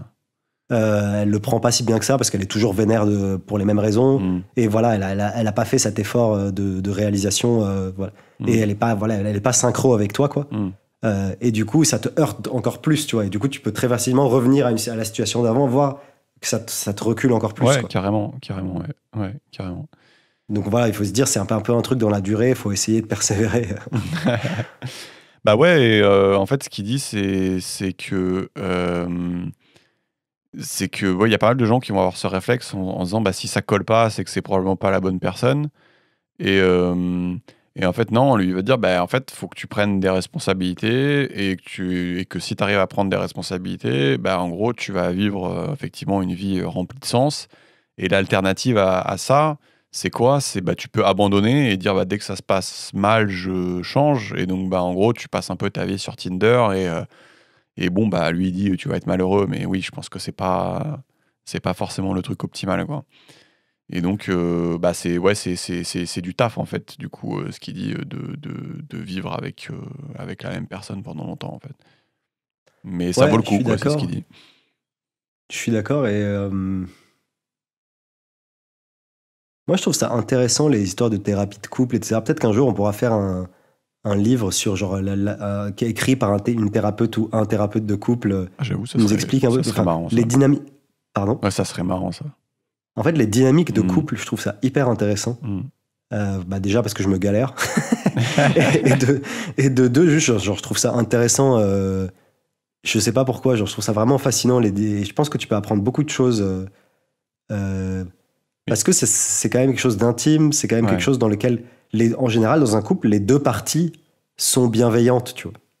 En fait, je trouve que c'est rare d'avoir une situation de conflit où les deux parties ont tout intérêt à ce que ça marche bien, et les deux parties le souhaitent et sont bienveillantes à la base l'une avec l'autre, et en fait, ça chie quand même, tu vois. Et tu vois, c'est quand même un setup très particulier, parce que quand t'es dans un couple, quand même, t'y es allé de ton plein gré, les deux personnes, à la base, étaient bienveillantes l'une avec l'autre et s'appréciaient, les deux personnes ont tout intérêt à ce que ça marche, etc., etc. Et il se trouve que dans la majorité des cas, ça chie quand même. Ouais, c'est vrai que c'est marrant. Et tu vois, c'est quand même très particulier comme setup, parce que c'est pas comme c'est pas transactionnel, tu vois, c'est pas comme dans un boulot où genre voilà, t'es là pour la thune et en fait ça te fait un peu chier mais t'y vas quand même. Tu vois, genre bon bref, en gros, je sais pas, les dynamiques de couple, je trouve ça hyper intéressant parce que je pense qu'il y a plein de sous-problématiques, tu vois. La problématique de OK, comment tu maintiens la flamme dans ton couple ou la passion ou ne pas rentrer dans un quotidien morne. Comment la problématique du côté cyclique du truc aussi. Genre parfois t'as des ups, parfois t'as des downs, et il faut s'adapter aussi au tempo de l'autre qui parfois il se trouve il est dans un moment où il ou elle est dans un mauvais moment et juste faut serrer les fesses et attendre, tu vois. Enfin tu vois, il y a aussi toute cette notion de timing, tu vois. Ouais, mais je pense que tu vois, si ça te chauffe, tu pourras lire le chapitre aussi parce que il est assez fun. Il y a pas mal d'exemples, du coup, ça fait un peu aussi. Il y a le côté Wire, t'arrives à. C'est pas mal illustré, quoi, donc c'est assez sympa. Ouais, et tu vois, genre, je trouve dans un couple. En fait, pour moi, un couple, c'est une sorte de condensé de plein de problématiques de la vie, genre. Ouais, c'est trop intéressant. Comment être empathique, comment écouter les émotions de l'autre. Comment avoir un bon timing, c'est-à-dire savoir quand est-ce qu'il faut répondre et quand est-ce que l'autre est capable de t'entendre ou quand est-ce que l'autre est émotionnellement trop fermé et juste attendre et attendre son moment, tu vois. Donc, les notions d'empathie, les notions de timing, les notions de comment véhiculer son message sans heurter l'autre, tu vois. Alors que tu sais que ça va être une conversation difficile, comment bien choisir ses mots, etc. Donc, tu vois, il y a aussi ça dans le langage. Donc là, on rejoint Viktorovitch, tu vois. Enfin, tu vois, en fait, je trouve que dans un couple, il y a trop de trucs trop intéressants, tu vois. Ouais, c'est hyper intéressant et c'est aussi décrit par lui comme un des chantiers principaux de ta vie, tu sais, à côté des enfants, de la carrière. Enfin, je sais pas combien tu peux avoir de chantiers, mais en gros, ça va être un des principaux. Mais mettons, t'arrives à en trouver 5 des chantiers, tu vois. C'est quand même 1 sur 5, c'est quand même beaucoup, quoi, tu vois. Donc ouais, c'est quand même un truc. C'est un vrai sujet, quoi, du coup. Ouais, et tu vois, genre, comment instaurer une relation. Et on passe souvent à côté. Ce que je veux dire, c'est que tu vas avoir, tu sais, des bouquins sur le taf, tu vas avoir des bouquins sur je sais pas quoi, mais est-ce que peut-être chez les mecs surtout, est-ce qu'il y a beaucoup de bouquins sur je sais pas comment ça se passe bien pour que ça se passe bien dans ta relation, je sais pas. Est-ce que c'est vraiment un truc qui est à la mode, quoi. Ouais, non, mais je suis d'accord et ouais, vraiment, moi, je trouve ça passionnant, genre aussi parce que j'y connais rien, tu vois. mais genre ouais, tu sais comment instaurer une relation équilibrée, tu vois, que tu sois pas en train d'écraser l'autre ou que tu sois pas écrasé, tu vois. Ouais. Enfin, tu vois, en fait, il y a plein de problématiques intéressantes, tu vois. Ouais, qu'est-ce que tu considères comme étant un compromis et juste un effort que tu acceptes? Et qu'est-ce que tu considères comme étant tu te trahis et en fait tu es malheureux et tu te mens à toi-même, tu vois, par exemple. Mais Euh, j'avais envie qu'on fasse un bouquin là, qui s'appelle Bad Men. Donc je pense qu'on fera ça bientôt. Et en gros, c'est marrant parce que ça traite des traits psychologiques, bah, du coup, des bad men, quoi, de ceux qui sont. Bah, vaut mieux pas se mettre avec eux. Mais c'est aussi l'occasion dans le bouquin de voir un peu comment les différentes personnalités peuvent interagir dans un couple. Euh, bon, la mauvaise nouvelle, c'est que je pense qu'il y a certaines personnalités, il faudrait pas qu'elles soient en couple avec les gens, mais du coup, je pense que ça peut être intéressant. On va faire ce bouquin-là. Et, euh, et ça m'amène aussi un peu en segue sur le fait que, tu sais, Jordan Peterson, il est aussi spécialiste comment on appelle ça, des matrices de personnalité. Et il fait une remarque intéressante. Il dit que c'est intéressant que nos défauts soient à peu près, nos qualités et nos défauts soient à peu près distribués aléatoirement dans la population. Parce que du coup, ça fait que la probabilité que tu trouves quelqu'un qui te complète, entre guillemets, elle est quand même assez élevée au final, tu vois. Et là, c'est l'expert des caractéristiques qui parle, donc je pense qu'on peut, on peut lui ouais. faire confiance là-dessus, ça c'est intéressant. Pour finir sur une note positive. Non, parce qu'on va finir sur la Bible, du coup. Donc, dans la Bible, Georges, Adam est créé par Dieu. Et si tu fais une analyse mythologique de l'épisode, Georges, tu peux conclure que Adam est l'être parfait et donc que c'est un être hermaphrodite. Tu sais, c'est l'être de base, quoi, tu vois. Ouais. Et il a tous les attributs masculins et féminins. Et dans la Bible, du coup, Adam se sépare en homme et femme. Donc la femme est créée à partir de sa côte. Lui, il dit, c'est peut-être pour compenser que le fait que normalement, tu sais, c'est la femme qui crée l'homme, quoi, dans la vraie vie. Ouais. Il dit, voilà, ça fait une petite symétrie sympathique. Et donc, mythologiquement parlant, le mariage ou le couple, en fait, c'est rassembler cet être parfait mythologique, originel. Donc, quand en gros tu formes un couple, l'homme et la femme se rassemblent en l'être parfait, hermaphrodite. Et donc, voilà, je trouve ça intéressant son analyse. Et j'imagine que c'est pas une question de homme et femme. C'est-à-dire, si tu es homosexuel, j'imagine que ça marche aussi. J'imagine humblement qu'il y a aussi cette idée de trouver un partenaire qui te complète. Donc, voilà pour la mythologie. Et ah oui, et autre point mythologique intéressant, ça c'était dans l'Ancien Testament, ce que je viens de dire, mais en fait tu as aussi le Nouveau Testament où en fait tu retrouverais cette idée avec Jésus, qui serait une sorte aussi d'hermaphrodite dans le sens où dans le Nouveau Testament il possède le meilleur des caractéristiques archétypales masculines et féminines. Et j'ai casé le mot archétypal. Et du coup, après avoir fait ça, une petite question pour toi, Georges. Qui est le subordonné de qui dans un mariage? Ça change, ça change. Enfin, espérons que ça change, quoi. Déjà, espérons que personne, mais pour moi, il n'y a jamais personne, il y a toujours des rapports de force dans une relation et dans un couple. Et après, l'objectif, c'est qu'il soit qu'il soit le moins ample possible, donc que le rapport de force soit tout petit. Mm. Et l'objectif aussi, c'est qu'il change, quoi. Parfois, il y a quelqu'un qui est un peu au-dessus, mais qui ne soit pas toujours le même, quoi. Eh bien, lui, il dit que chacun est subordonné au meilleur de la personnalité de l'autre. Voilà, c'était joli. Ah, c'est beau. Voilà. Euh, donc, voilà. Et oui, c'est ça. Il dit, il y a 4 grands chantiers dans la vie. Il y a le mariage qui fonctionne, avoir des enfants dans le cadre d'un mariage qui fonctionne, ça c'est le deuxième. Le troisième, c'est le travail éventuellement. Et le quatrième, c'est les loisirs, peut-être les copains, je sais pas. Mais tu vois, c'est pas forcément évident d'en citer beaucoup plus. Et donc, déjà, donc déjà, ça vaut le coup du coup de travailler sur ton couple. Et, et voilà, du coup, travaille avec diligence au maintien de la romance dans ta relation amoureuse. Ouais, non, c'est intéressant. Et puis, moi, j'ai un jour un pote qui m'a dit, je vais peut-être rajouter une règle. Non, mais tu vois, genre, moi, c'est un truc qui m'a pas mal aidé. C'est le côté, genre, tu sais, quand tu évalues une situation, ou quand tu t'évalues toi, genre, est-ce que tu as merdé ou pas, c'est intéressant de se dire, genre, est-ce que ça correspond à la personne que je veux être, tu vois. Ouais. Et en fait, bon, c'est un truc vachement basique, tu vois, mais je sais pas, moi, j'y avais pas pensé. Et je trouve que c'est un bon prisme d'analyse de son comportement. C'est genre, est-ce que là, ce que j'ai fait ou ce que j'ai dit, ça correspond à la personne que je veux être, tu vois, à l'idéal que je me fixe pour moi-même. Ça, j'avoue, c'est pas mal. Hein. Et, J'aime et bien. en fait, ça m'aide. Pardon. J'aime bien. C'est vraiment pas mal. Ouais. C'est Ouais, intéressant. et en fait, j'avoue, ça m'aide vachement parce que je trouve que c'est hyper facile à appliquer. Et en fait, en en un clin d'œil, tu te dis, OK, en fait, là, non, j'ai pas été très stylé, tu vois. Ou plutôt que de rentrer dans les détails de la situation, est-ce que voilà, qui avait raison, qui avait tort, nanana, est-ce que peut-être, en fait, c'était pas si grave que ça. En fait, tu prends un peu de recul et tu dis, OK, on s'en fout de la situation et des détails de qui a pris les chips de qui, tu vois. Mm. Et juste, genre, est-ce que ça correspond? Est-ce que j'ai agi comme l'idéal que je me fais ou la personne que j'ai envie d'être, tu vois. Mm. Et en fait, c'est un bon prisme d'analyse, je trouve. Et j'avoue, les fois où j'arrive à y penser, ça m'aide pas mal. Bah, j'aime beaucoup et en fait, moi, ce qui m'aidait là-dessus, c'était la méditation. Je trouve que d'avoir médité un peu, ça t'apprend juste, bah, ok, t'es pas obligé de réagir comme tu réagis, t'es pas obligé de te sentir comme tu te sens.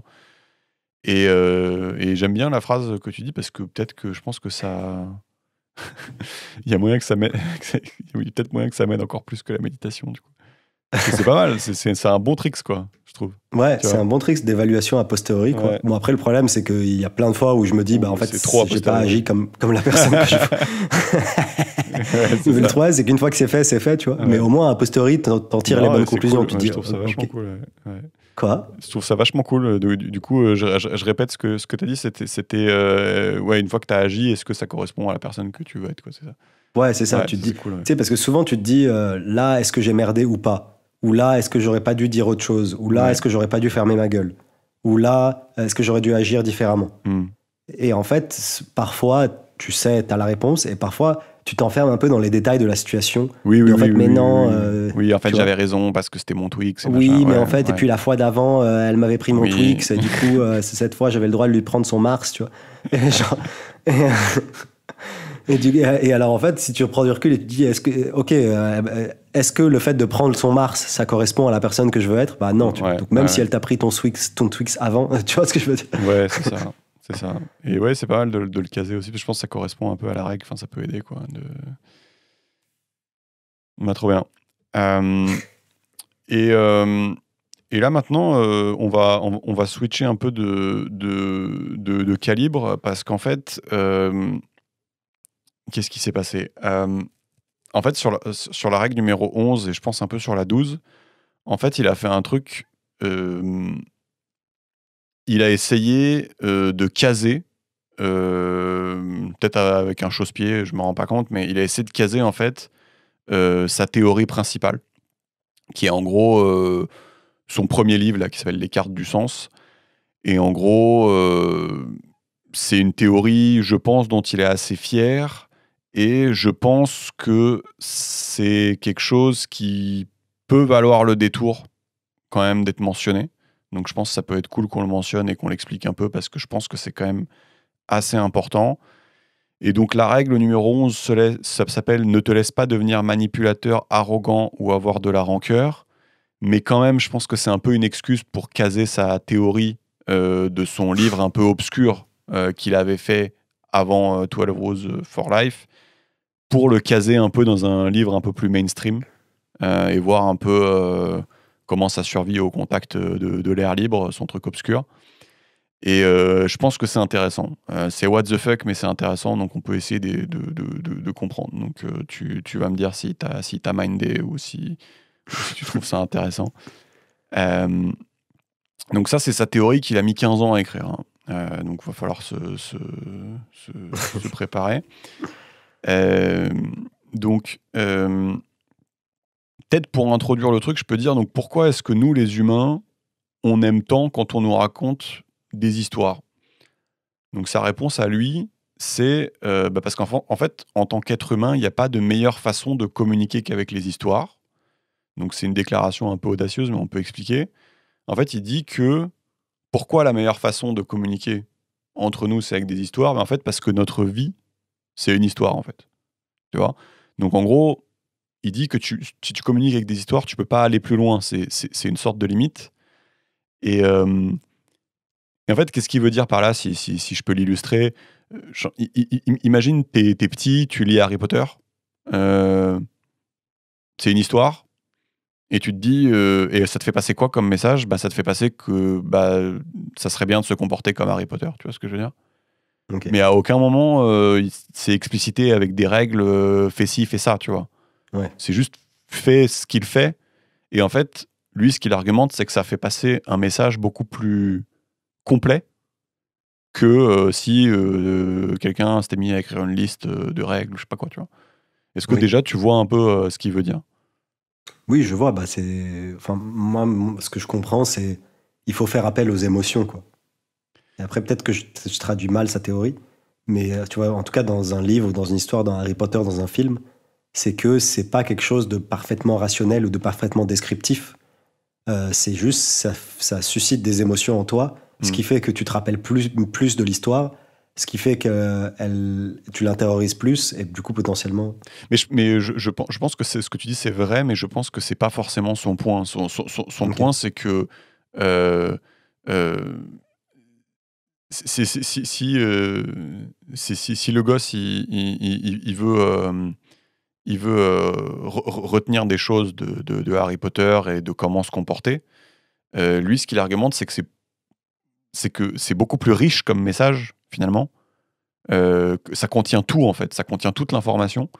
Plutôt que si tu avais fait une liste, je sais pas, de 10 commandements ou de 10 points en disant Oui, essaye d'être gentil, essaye de machin. Tu vois, en fait, l'histoire contient énormément d'informations supplémentaires, en fait. Et s'adapte à beaucoup de situations, alors que si tu avais fait une liste, ça s'adapterait pas à beaucoup de situations. Je sais pas si ça t'éclaire un peu ce que je dis là. oui, là, ça m'éclaire un peu plus. Effectivement, le côté Mm. richesse d'information, Ouais, dans le sens où, vu que c'est pas. En fait, tu as une marge d'interprétation, tu vois, mm. dans une histoire. Exactement, c'est ça, Euh, exactement. C'est ce point-là donc, qui est important. en fait, je pense que t'as une combinaison de deux trucs. C'est que, un, ça suscite des émotions. Et donc, ça a des conséquences de type tu le retiens mieux, ça t'impacte plus, etc., etc. Et après, tu as une marge d'interprétation parce que tout n'est pas décrit précisément, etc. Et ça a des conséquences de type tu peux l'appliquer à ta propre vie enfin, ça peut s'appliquer à pas mal de Exactement, situations. exactement, Tu peux t'identifier, exactement. etc., etc. Donc je pense que les deux aspects ont chacun des conséquences qui font qu'une histoire, ça peut être plus. Exactement, c'est exactement ça. Et c'est d'ailleurs pour ça que dans la Bible, tu as énormément de parties narratives où juste on te raconte une histoire, en fait. Et c'est Oui, finalement assez rare les moments, tu sais, comme les 10 commandements, où en fait, tu vas avoir une liste de règles. C'est quand même assez rare quand ouais, tu as réussi à formuler vraiment précisément un truc. Le reste du temps, ça reste quand même.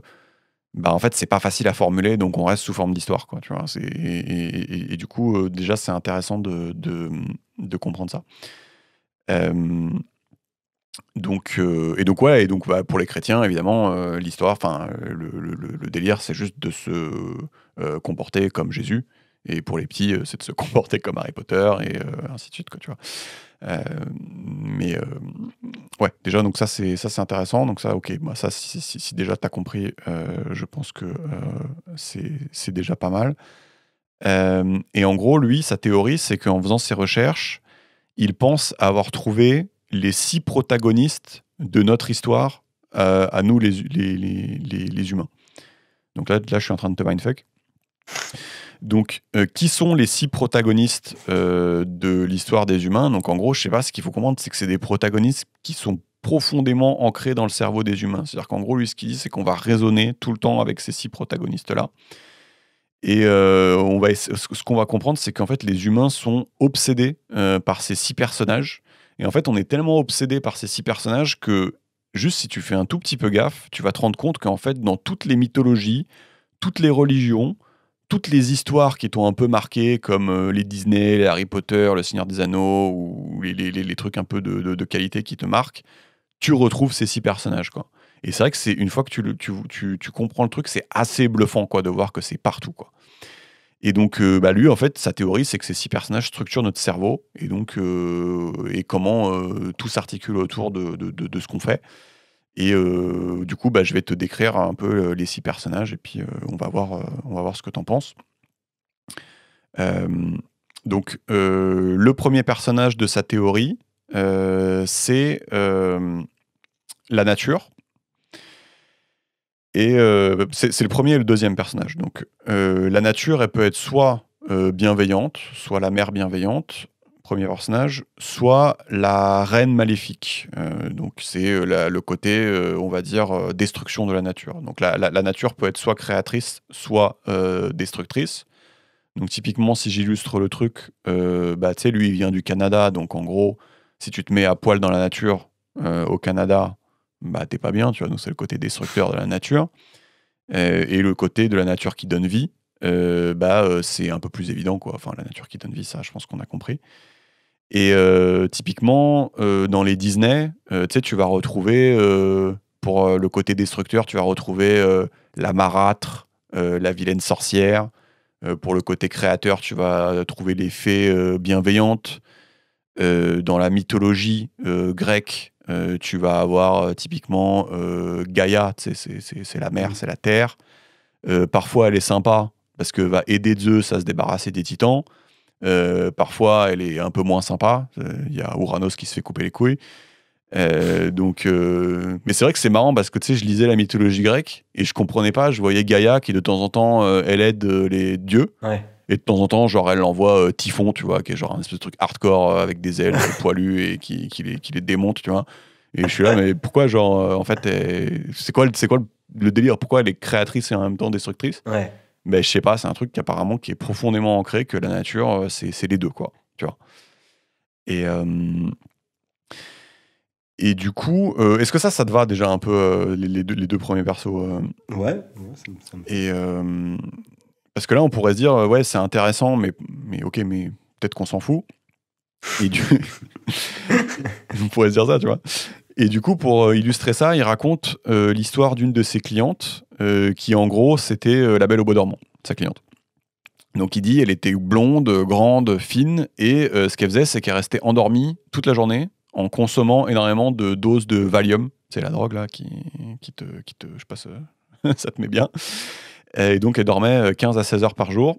Et apparemment, donc, du coup, puisqu'elle a fait des séances de psychologie, apparemment, elle était incapable d'affronter la cruauté du monde. Donc, par exemple, elle était végane et elle ne pouvait pas entrer dans les zones du supermarché où il y avait de la viande. Donc, on est quand même pas mal. Et apparemment, elle avait été élevée par sa belle-mère et comme son père, et par son père comme une princesse. Et en gros, pourquoi c'est la Belle au Bois dormant? Parce que je sais pas si tu te souviens, dans la Belle au Bois dormant, en gros, les parents, ils isolent la Belle au Bois dormant de tous les petits tracas de la vie. Je sais pas si tu te souviens. Ouais.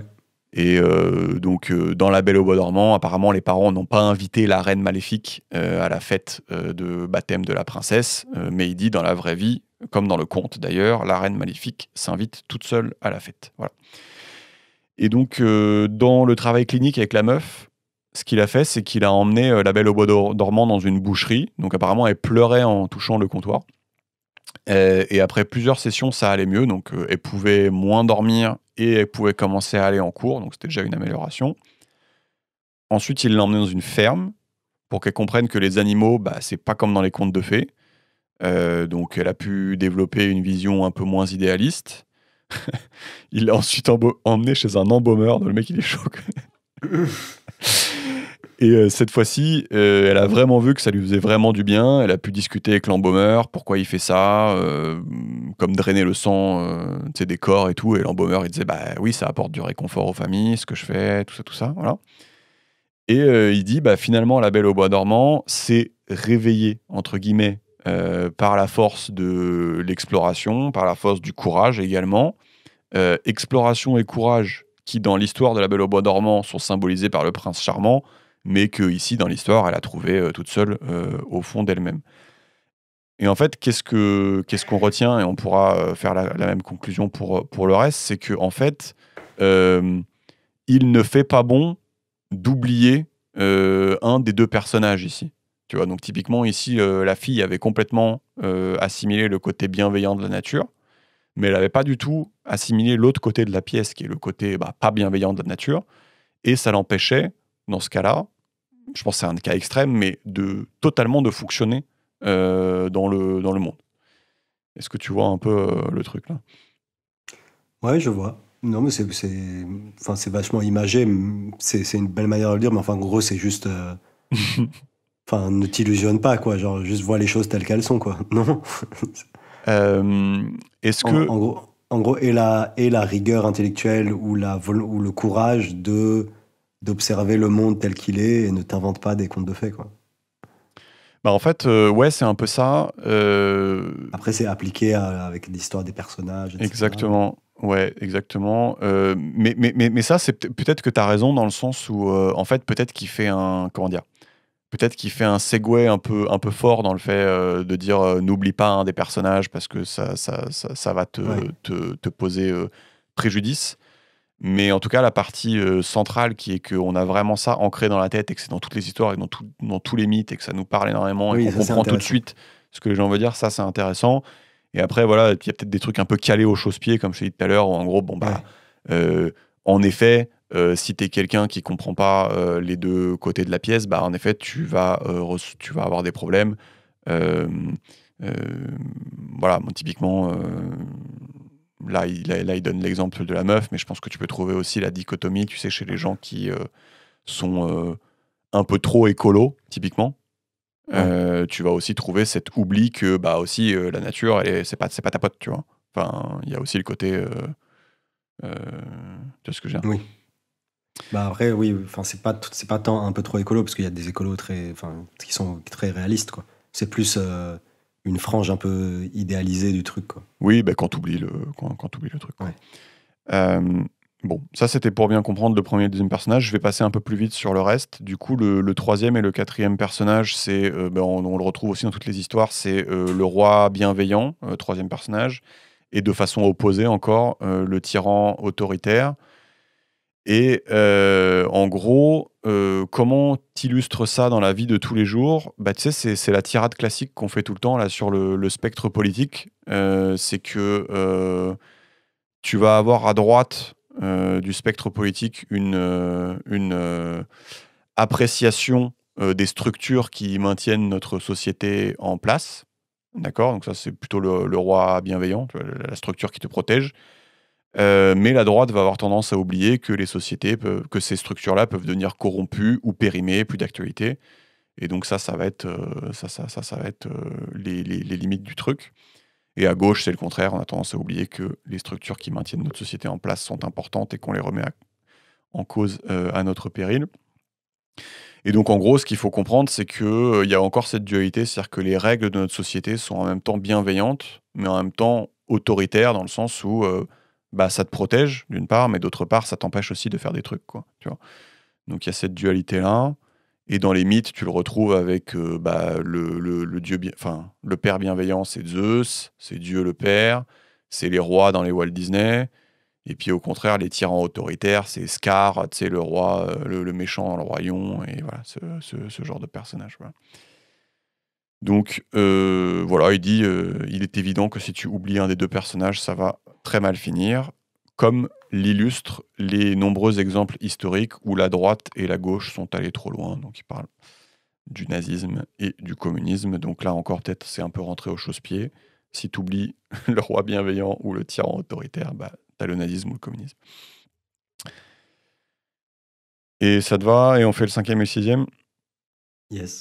Et cinquième et sixième, donc c'est encore une fois deux opposés. C'est le cinquième, c'est le héros, et le sixième, c'est l'adversaire. Et donc bah, le héros, c'est celui qui engage le processus de combattre le désordre et instaurer l'ordre. Et en gros, dans les mythes, c'est Jésus, Horus, c'est Zeus quand il est contre Chronos, c'est Chronos quand il est contre Ouranos, c'est Hercule quand il est contre les monstres, c'est Harry Potter, c'est qui tu veux, enfin en gros on le connaît. Et bah, le septième, c'est enfin, tous les anti-héros quoi, qu'on connaît. Voilà. Et donc bah, il dit bah, les six protagonistes représentent la vie et la façon dont est structuré l'esprit humain. C'est pour ça que toutes les histoires qui ont du succès et sont structurées comme ça. Notre vie est une histoire, et donc la manière optimale de faire passer une information, c'est à travers une histoire, et de câbler l'histoire à travers ces six personnages. Et donc, il dit que c'est qui quelqu'un de sage? C'est quelqu'un qui connaît le casting de la vie d'une façon consciente ou inconsciente. Et bah, une connaissance partielle de ce casting des six personnages va te laisser bah, pas bien, quoi. Est-ce que ça te parle, sa théorie ultime à Je t'avoue JP? que je suis un peu sceptique. Enfin, ça me parle moins. Après, ouais. Tu sais, tu sais, j'ai toujours du mal avec ces trucs-là. Ouais. Tu sais, les trucs très métaphoriques, j'ai un peu de mal, mais c'est plus ma manière de penser. Ouais, mais ça, c'est intéressant, du coup. Enfin, c'est quoi? Du coup, c'est... Non, mais je sais pas, genre pourquoi 6 personnages et pas 12, tu vois, moi je peux t'en sortir 4 autres qui ont l'air d'apparaître partout. Enfin, tu vois. Enfin, je dis ça, je peux en sortir. Ouais, je voudrais bien devoir les sortir, par contre. Ouais. Mais Non, mais oui. tu vois, genre, j'ai toujours une impression d'arbitraire. Après, c'est peut-être parce que j'ai pas lu le bouquin et tu sais, j'essaye de réagir à la Ouais, volée, tu vois. ouais. Mais j'ai toujours une impression d'arbitraire et une impression de généralisation trop facile Mais, dans ces trucs-là. ouais, mais si tu veux, ça me paraît pas déconnant que en gros, on soit structuré pour comprendre que en gros, comment dire, il y ait des structures, en gros, qui nous protègent, qui est, je pense, la vie en société des humains et les règles qu'on se définit, tout ça. Je pense qu'on doit être câblé aussi pour réfléchir quand est-ce qu'il faut remettre en cause ces structures et les faire évoluer, tu vois, quand est-ce que c'est devenu obsolète et Ouais. quand est-ce que ça marche plus, tu vois. Et du coup, je pense qu'on a ces choses-là dans le cerveau qui est de dire, bon, c'est quand tu changes les structures, c'est représenté par le héros, et donc du coup, c'est représenté comme ça dans la mythologie. Mais je pense que, tu vois, j'arrive à palper un peu que, en gros, on doit probablement être très, très réceptif à ce genre de narratif, parce qu'en fait, c'est ça qui nous maintient en vie, en fait. De comprendre que la nature, il y a deux côtés. Je pense que ça nous maintient en vie. De comprendre que les structures, c'est bien, et quand est-ce que ça foire, je pense que ça nous maintient en vie.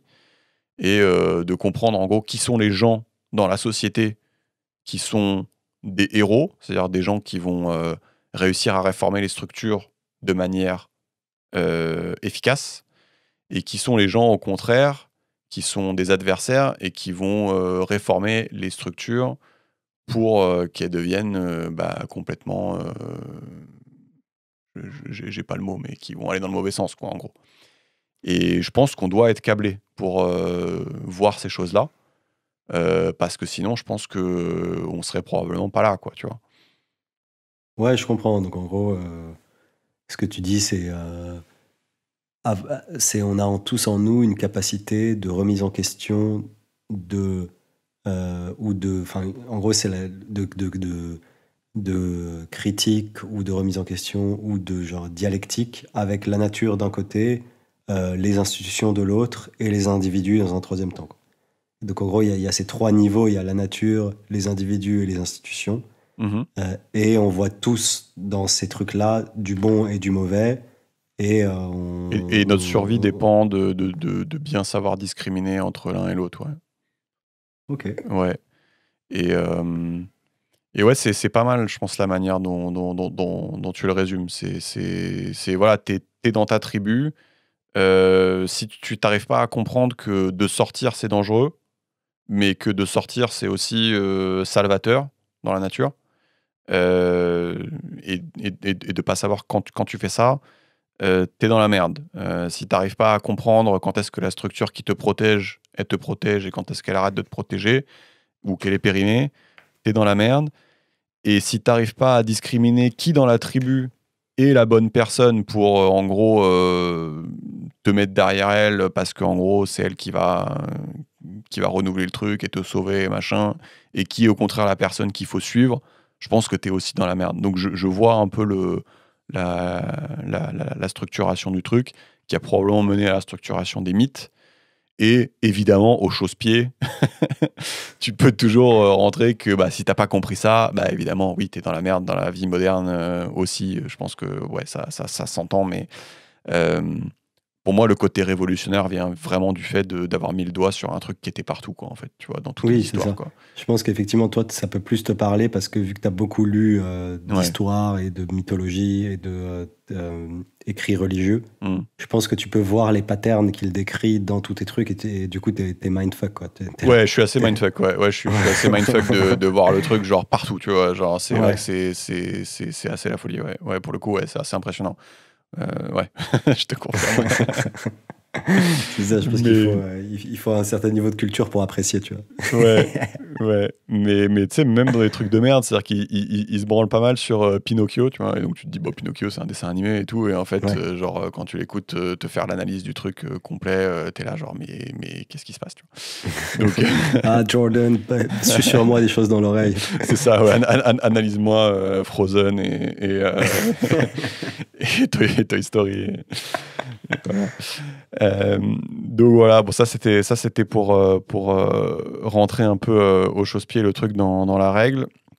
Et on va finir avec une règle numéro 12, donc sois reconnaissant malgré ta souffrance. Et en gros, là ça parle du septième personnage, non du sixième, pardon, qui était, tu sais, en gros l'adversaire. Donc en gros c'est Seth dans la mythologie égyptienne, Satan dans la Bible, voilà, c'est les archétypes très connus des adversaires, ça.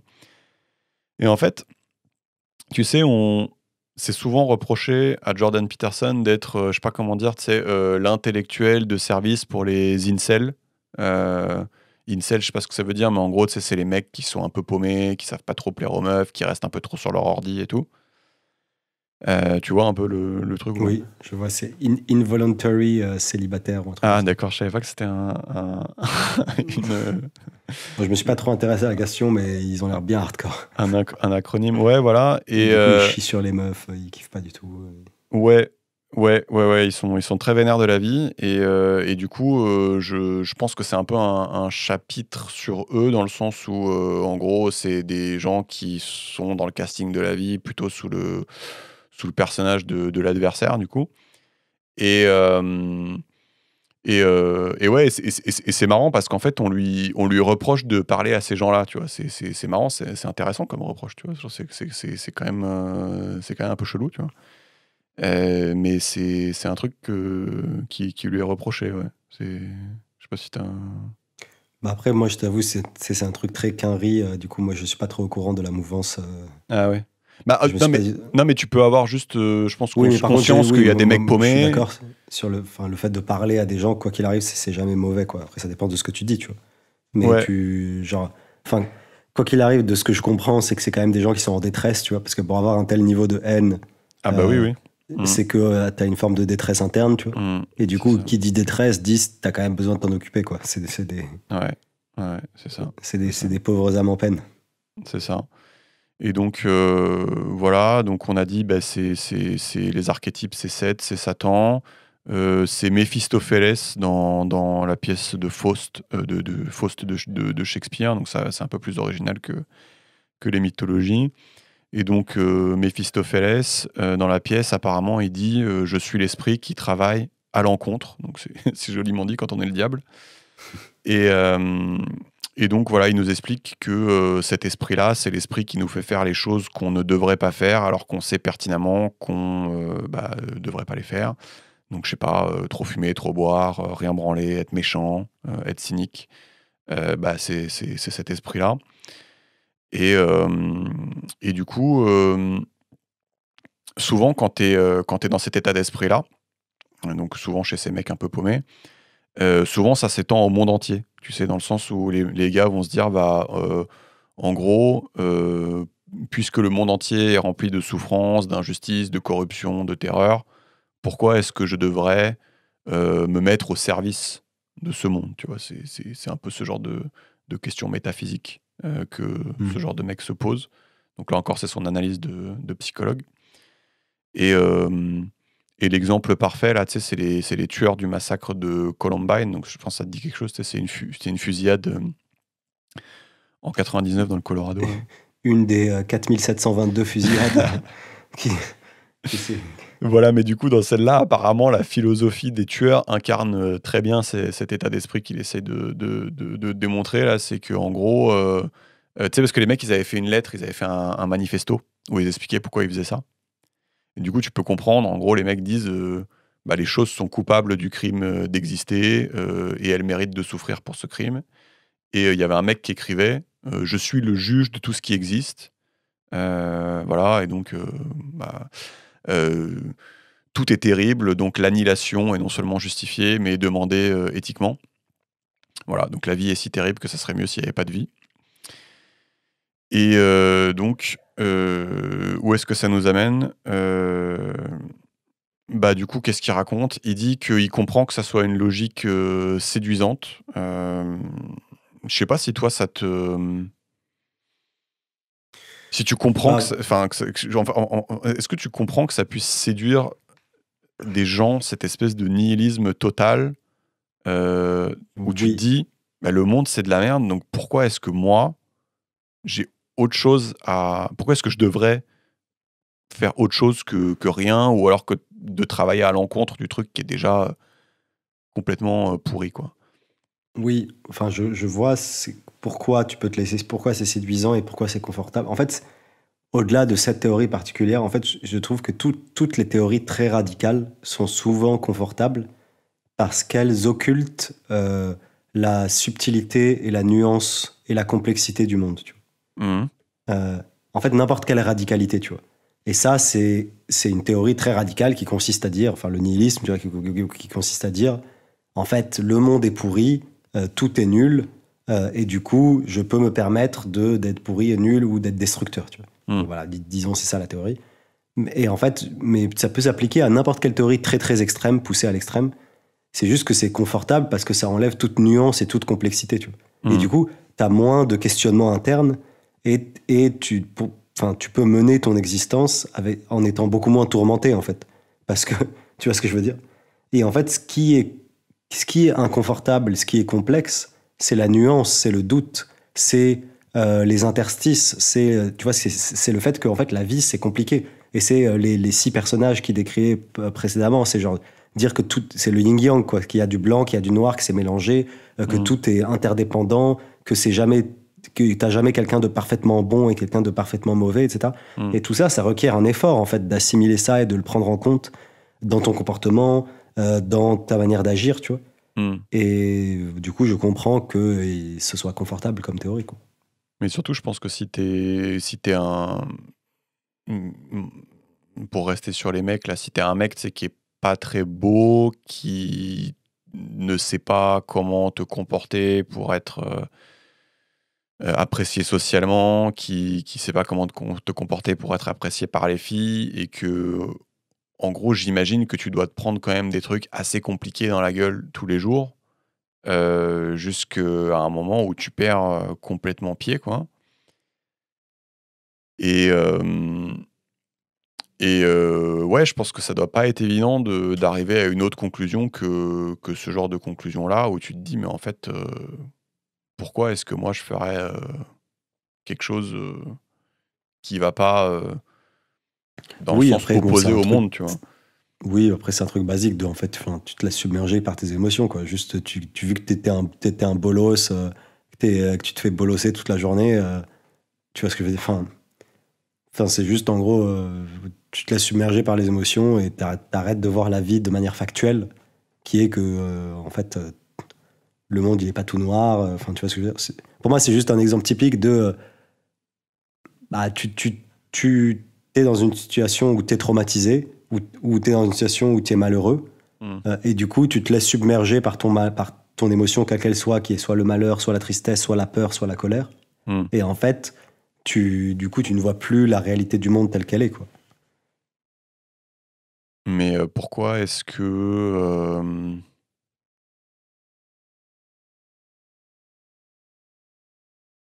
parce que le truc, c'est que, tu vois, je veux bien admettre que, du coup, d'autres gens vont avoir une autre réalité parce que eux, les interactions qu'ils ont, dans le monde, elles sont plaisantes. Ouais, ou elles sont Hem, plus plaisantes. ouais. Ouais, oui, elles sont pas forcément toujours plaisantes, ouais, effectivement. Mais ouais, c'est vrai que j'avoue que moi, je suis un peu taré, quoi, sur le côté, ah, si tu fais que de te prendre de la merde tous les jours dans la gueule, j'avoue, je comprends que ça soit que que ça soit Oui. compliqué, quoi. Non, mais c'est sûr, c'est compliqué. Mais après, genre, t'as Internet, encore une fois, tu vois, t'as la télé. Tu vois que tu te renseignes. Tu vois qu'il y a des gens qui sont gentils. Tu vois qu'il y a des gens qui sont dans des assos. Tu Ouais, vois qu'il y a d'accord. il y a Je des, vois ce que tu veux il y a dire, des ouais. Ok. tu vois qu'il y a des victimes de viol qui ont pardonné leurs violeurs. Enfin, encore une fois, on a Internet, tu vois. Donc, Ouais, d'accord, je vois ce que tu veux dire. Ouais. donc si tu fais l'effort de sortir de ta bulle algorithmique et que tu lis un peu les journaux et que tu arrêtes de te focaliser sur la meuf qui a tailladé son mari ou la meuf qui a abandonné son enfant ou la meuf, parce que les meufs sont responsables de tous tes malheurs, tu vois.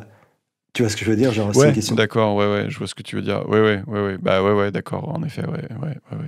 En fait, genre, je pense que auparavant, on pouvait avoir une vision où quand tu vis, ou quand t'es pauvre, ou enfin, t'es extrêmement pauvre, ou quand tu es analphabète, ou quand, avant qu'il y ait les nouvelles technologies, tu pouvais être enfermé dans une forme de réalité qui n'est pas représentative du monde, tu vois. Mais juste parce que t'étais dans un environnement donné, tu vois pas ailleurs, t'as pas trop les informations, donc t'es un peu enfermé dans ta bulle. Donc là, tu peux même pas te rendre compte, tu vois. Mais aujourd'hui, pour dire tout le monde est pourri, le monde est horrible, je peux, enfin, faut tous les massacrer, ces parasites, je sais pas quoi. Faut quand même manquer très fortement enfin, faut quand même être très désespéré, quoi.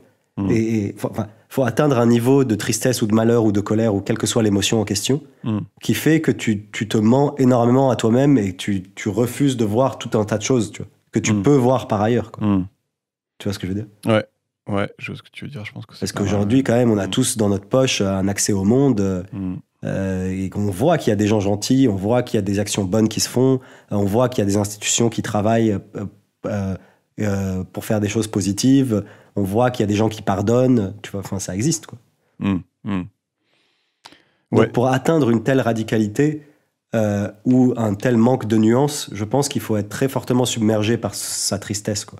Ouais, Ou par son émotion. Je pense, ouais.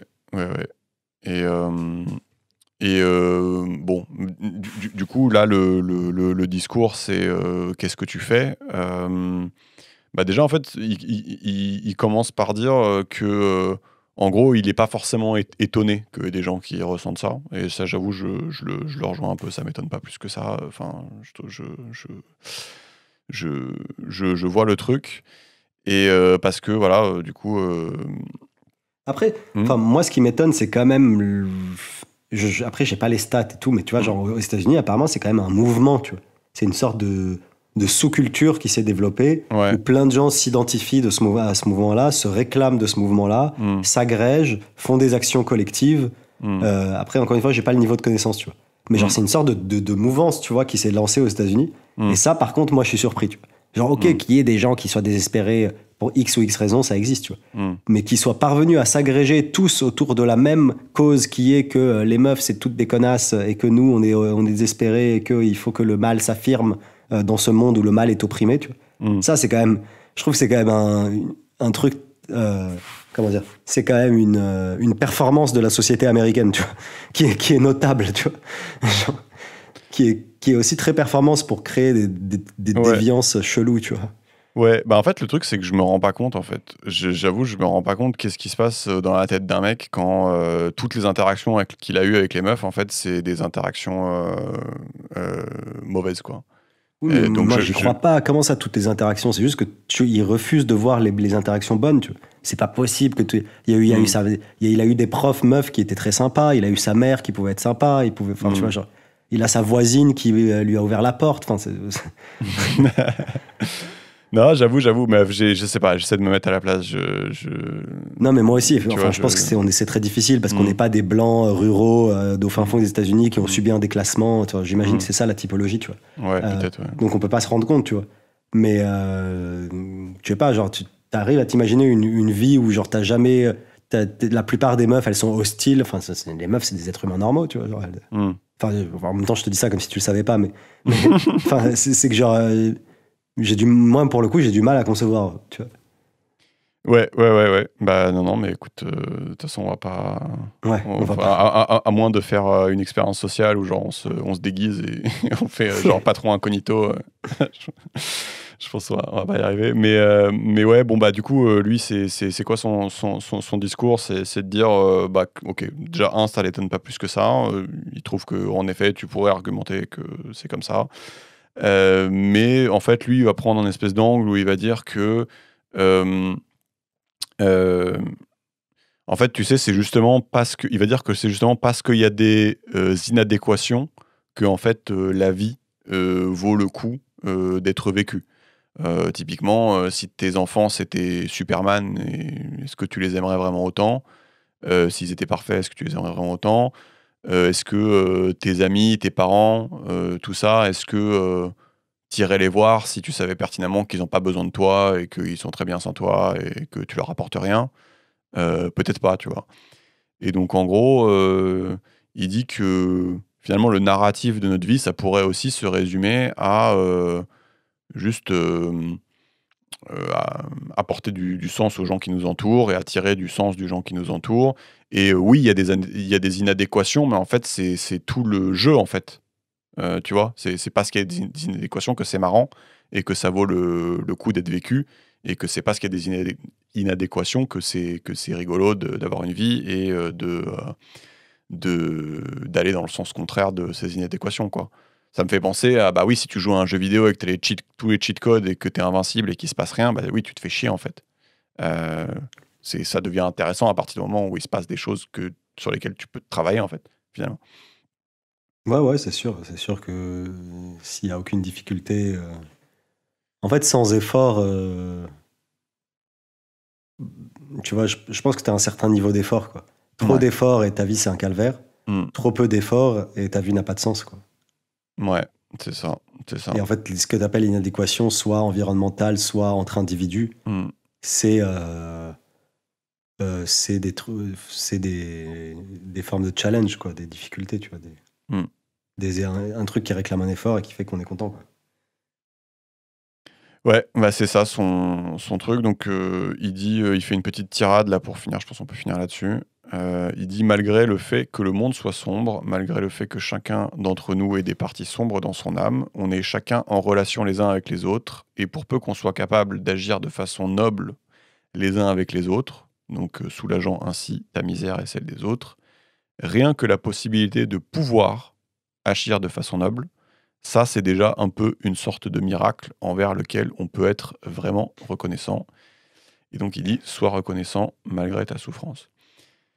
Et je trouve ça pas mal de dire que même si tout va mal, euh, juste le seul truc qui te reste de pouvoir agir de façon noble, euh, c'est déjà en fait un truc qui potentiellement est, qui peut se valoir de lui-même, en fait. Tu vois. Ouais, j'avoue. C'est vrai que c'est cool. Et c'est vrai que c'est un peu un truc infini dans le sens où, en fait, tu peux toujours trouver le moyen d'agir de façon noble. Et donc, c'est une sorte de ressource cachée que tu as toujours sur toi, quoi. Ouais, même quand c'est la grosse merde complètement, que tout le monde est un connard, que machin, tu peux toujours trouver un moyen de faire ça. Ouais. Et ouais, et c'est assez cool, quoi. Et donc je pense que c'est ça, c'est aussi la bonne raison, la bonne réponse à ce genre de personne qui incarnerait le sixième personnage, c'est que, bah ok, mais il y a toujours moyen d'agir de façon noble, quoi. Donc voilà. Donc Beyond Order de Jordan Peterson. Donc voilà, tu vois, c'est assez décousu parce qu'en fait, chaque règle se suffit à elle-même. Et on a réussi à caser sa théorie de la vie un peu chausse-pied. Mais voilà, bon, je trouvais ça cool de les finir parce que les règles sont bien, surtout celles sur la beauté, elle est sympa. Ouais, non, c'est cool. Et puis, au-delà du choix des règles et des règles elles-mêmes, c'est que ça ouvre des conversations qui sont marrantes, tu vois. Ouais, Et, ouais. C'est vrai que c'est cool. et là, tu vois, genre, en plus, on rentre typique dans ce que tu décrivais avant, qui est que c'est suffisamment flou, etc. Et c'est suffisamment imprécis pour pouvoir qu'on s'identifie un peu tous et qu'on en parle, tu vois. ça rejoint une des règles, tu vois, Ouais. justement, genre c'est... Bah ouais, carrément, ouais. Tu vois, c'est pas un manuel précis et du coup, genre moi, parfois, je comprends des trucs qui sont distincts de ce que t'as compris. On en parle et c'est marrant et on peut tous s'identifier, tu vois. Ouais, c'est ça. Et puis le mec reste quand même original, donc c'est vrai que c'est rigolo. Bon, Ok, ben on s'arrête là. ça marche, merci. Allez.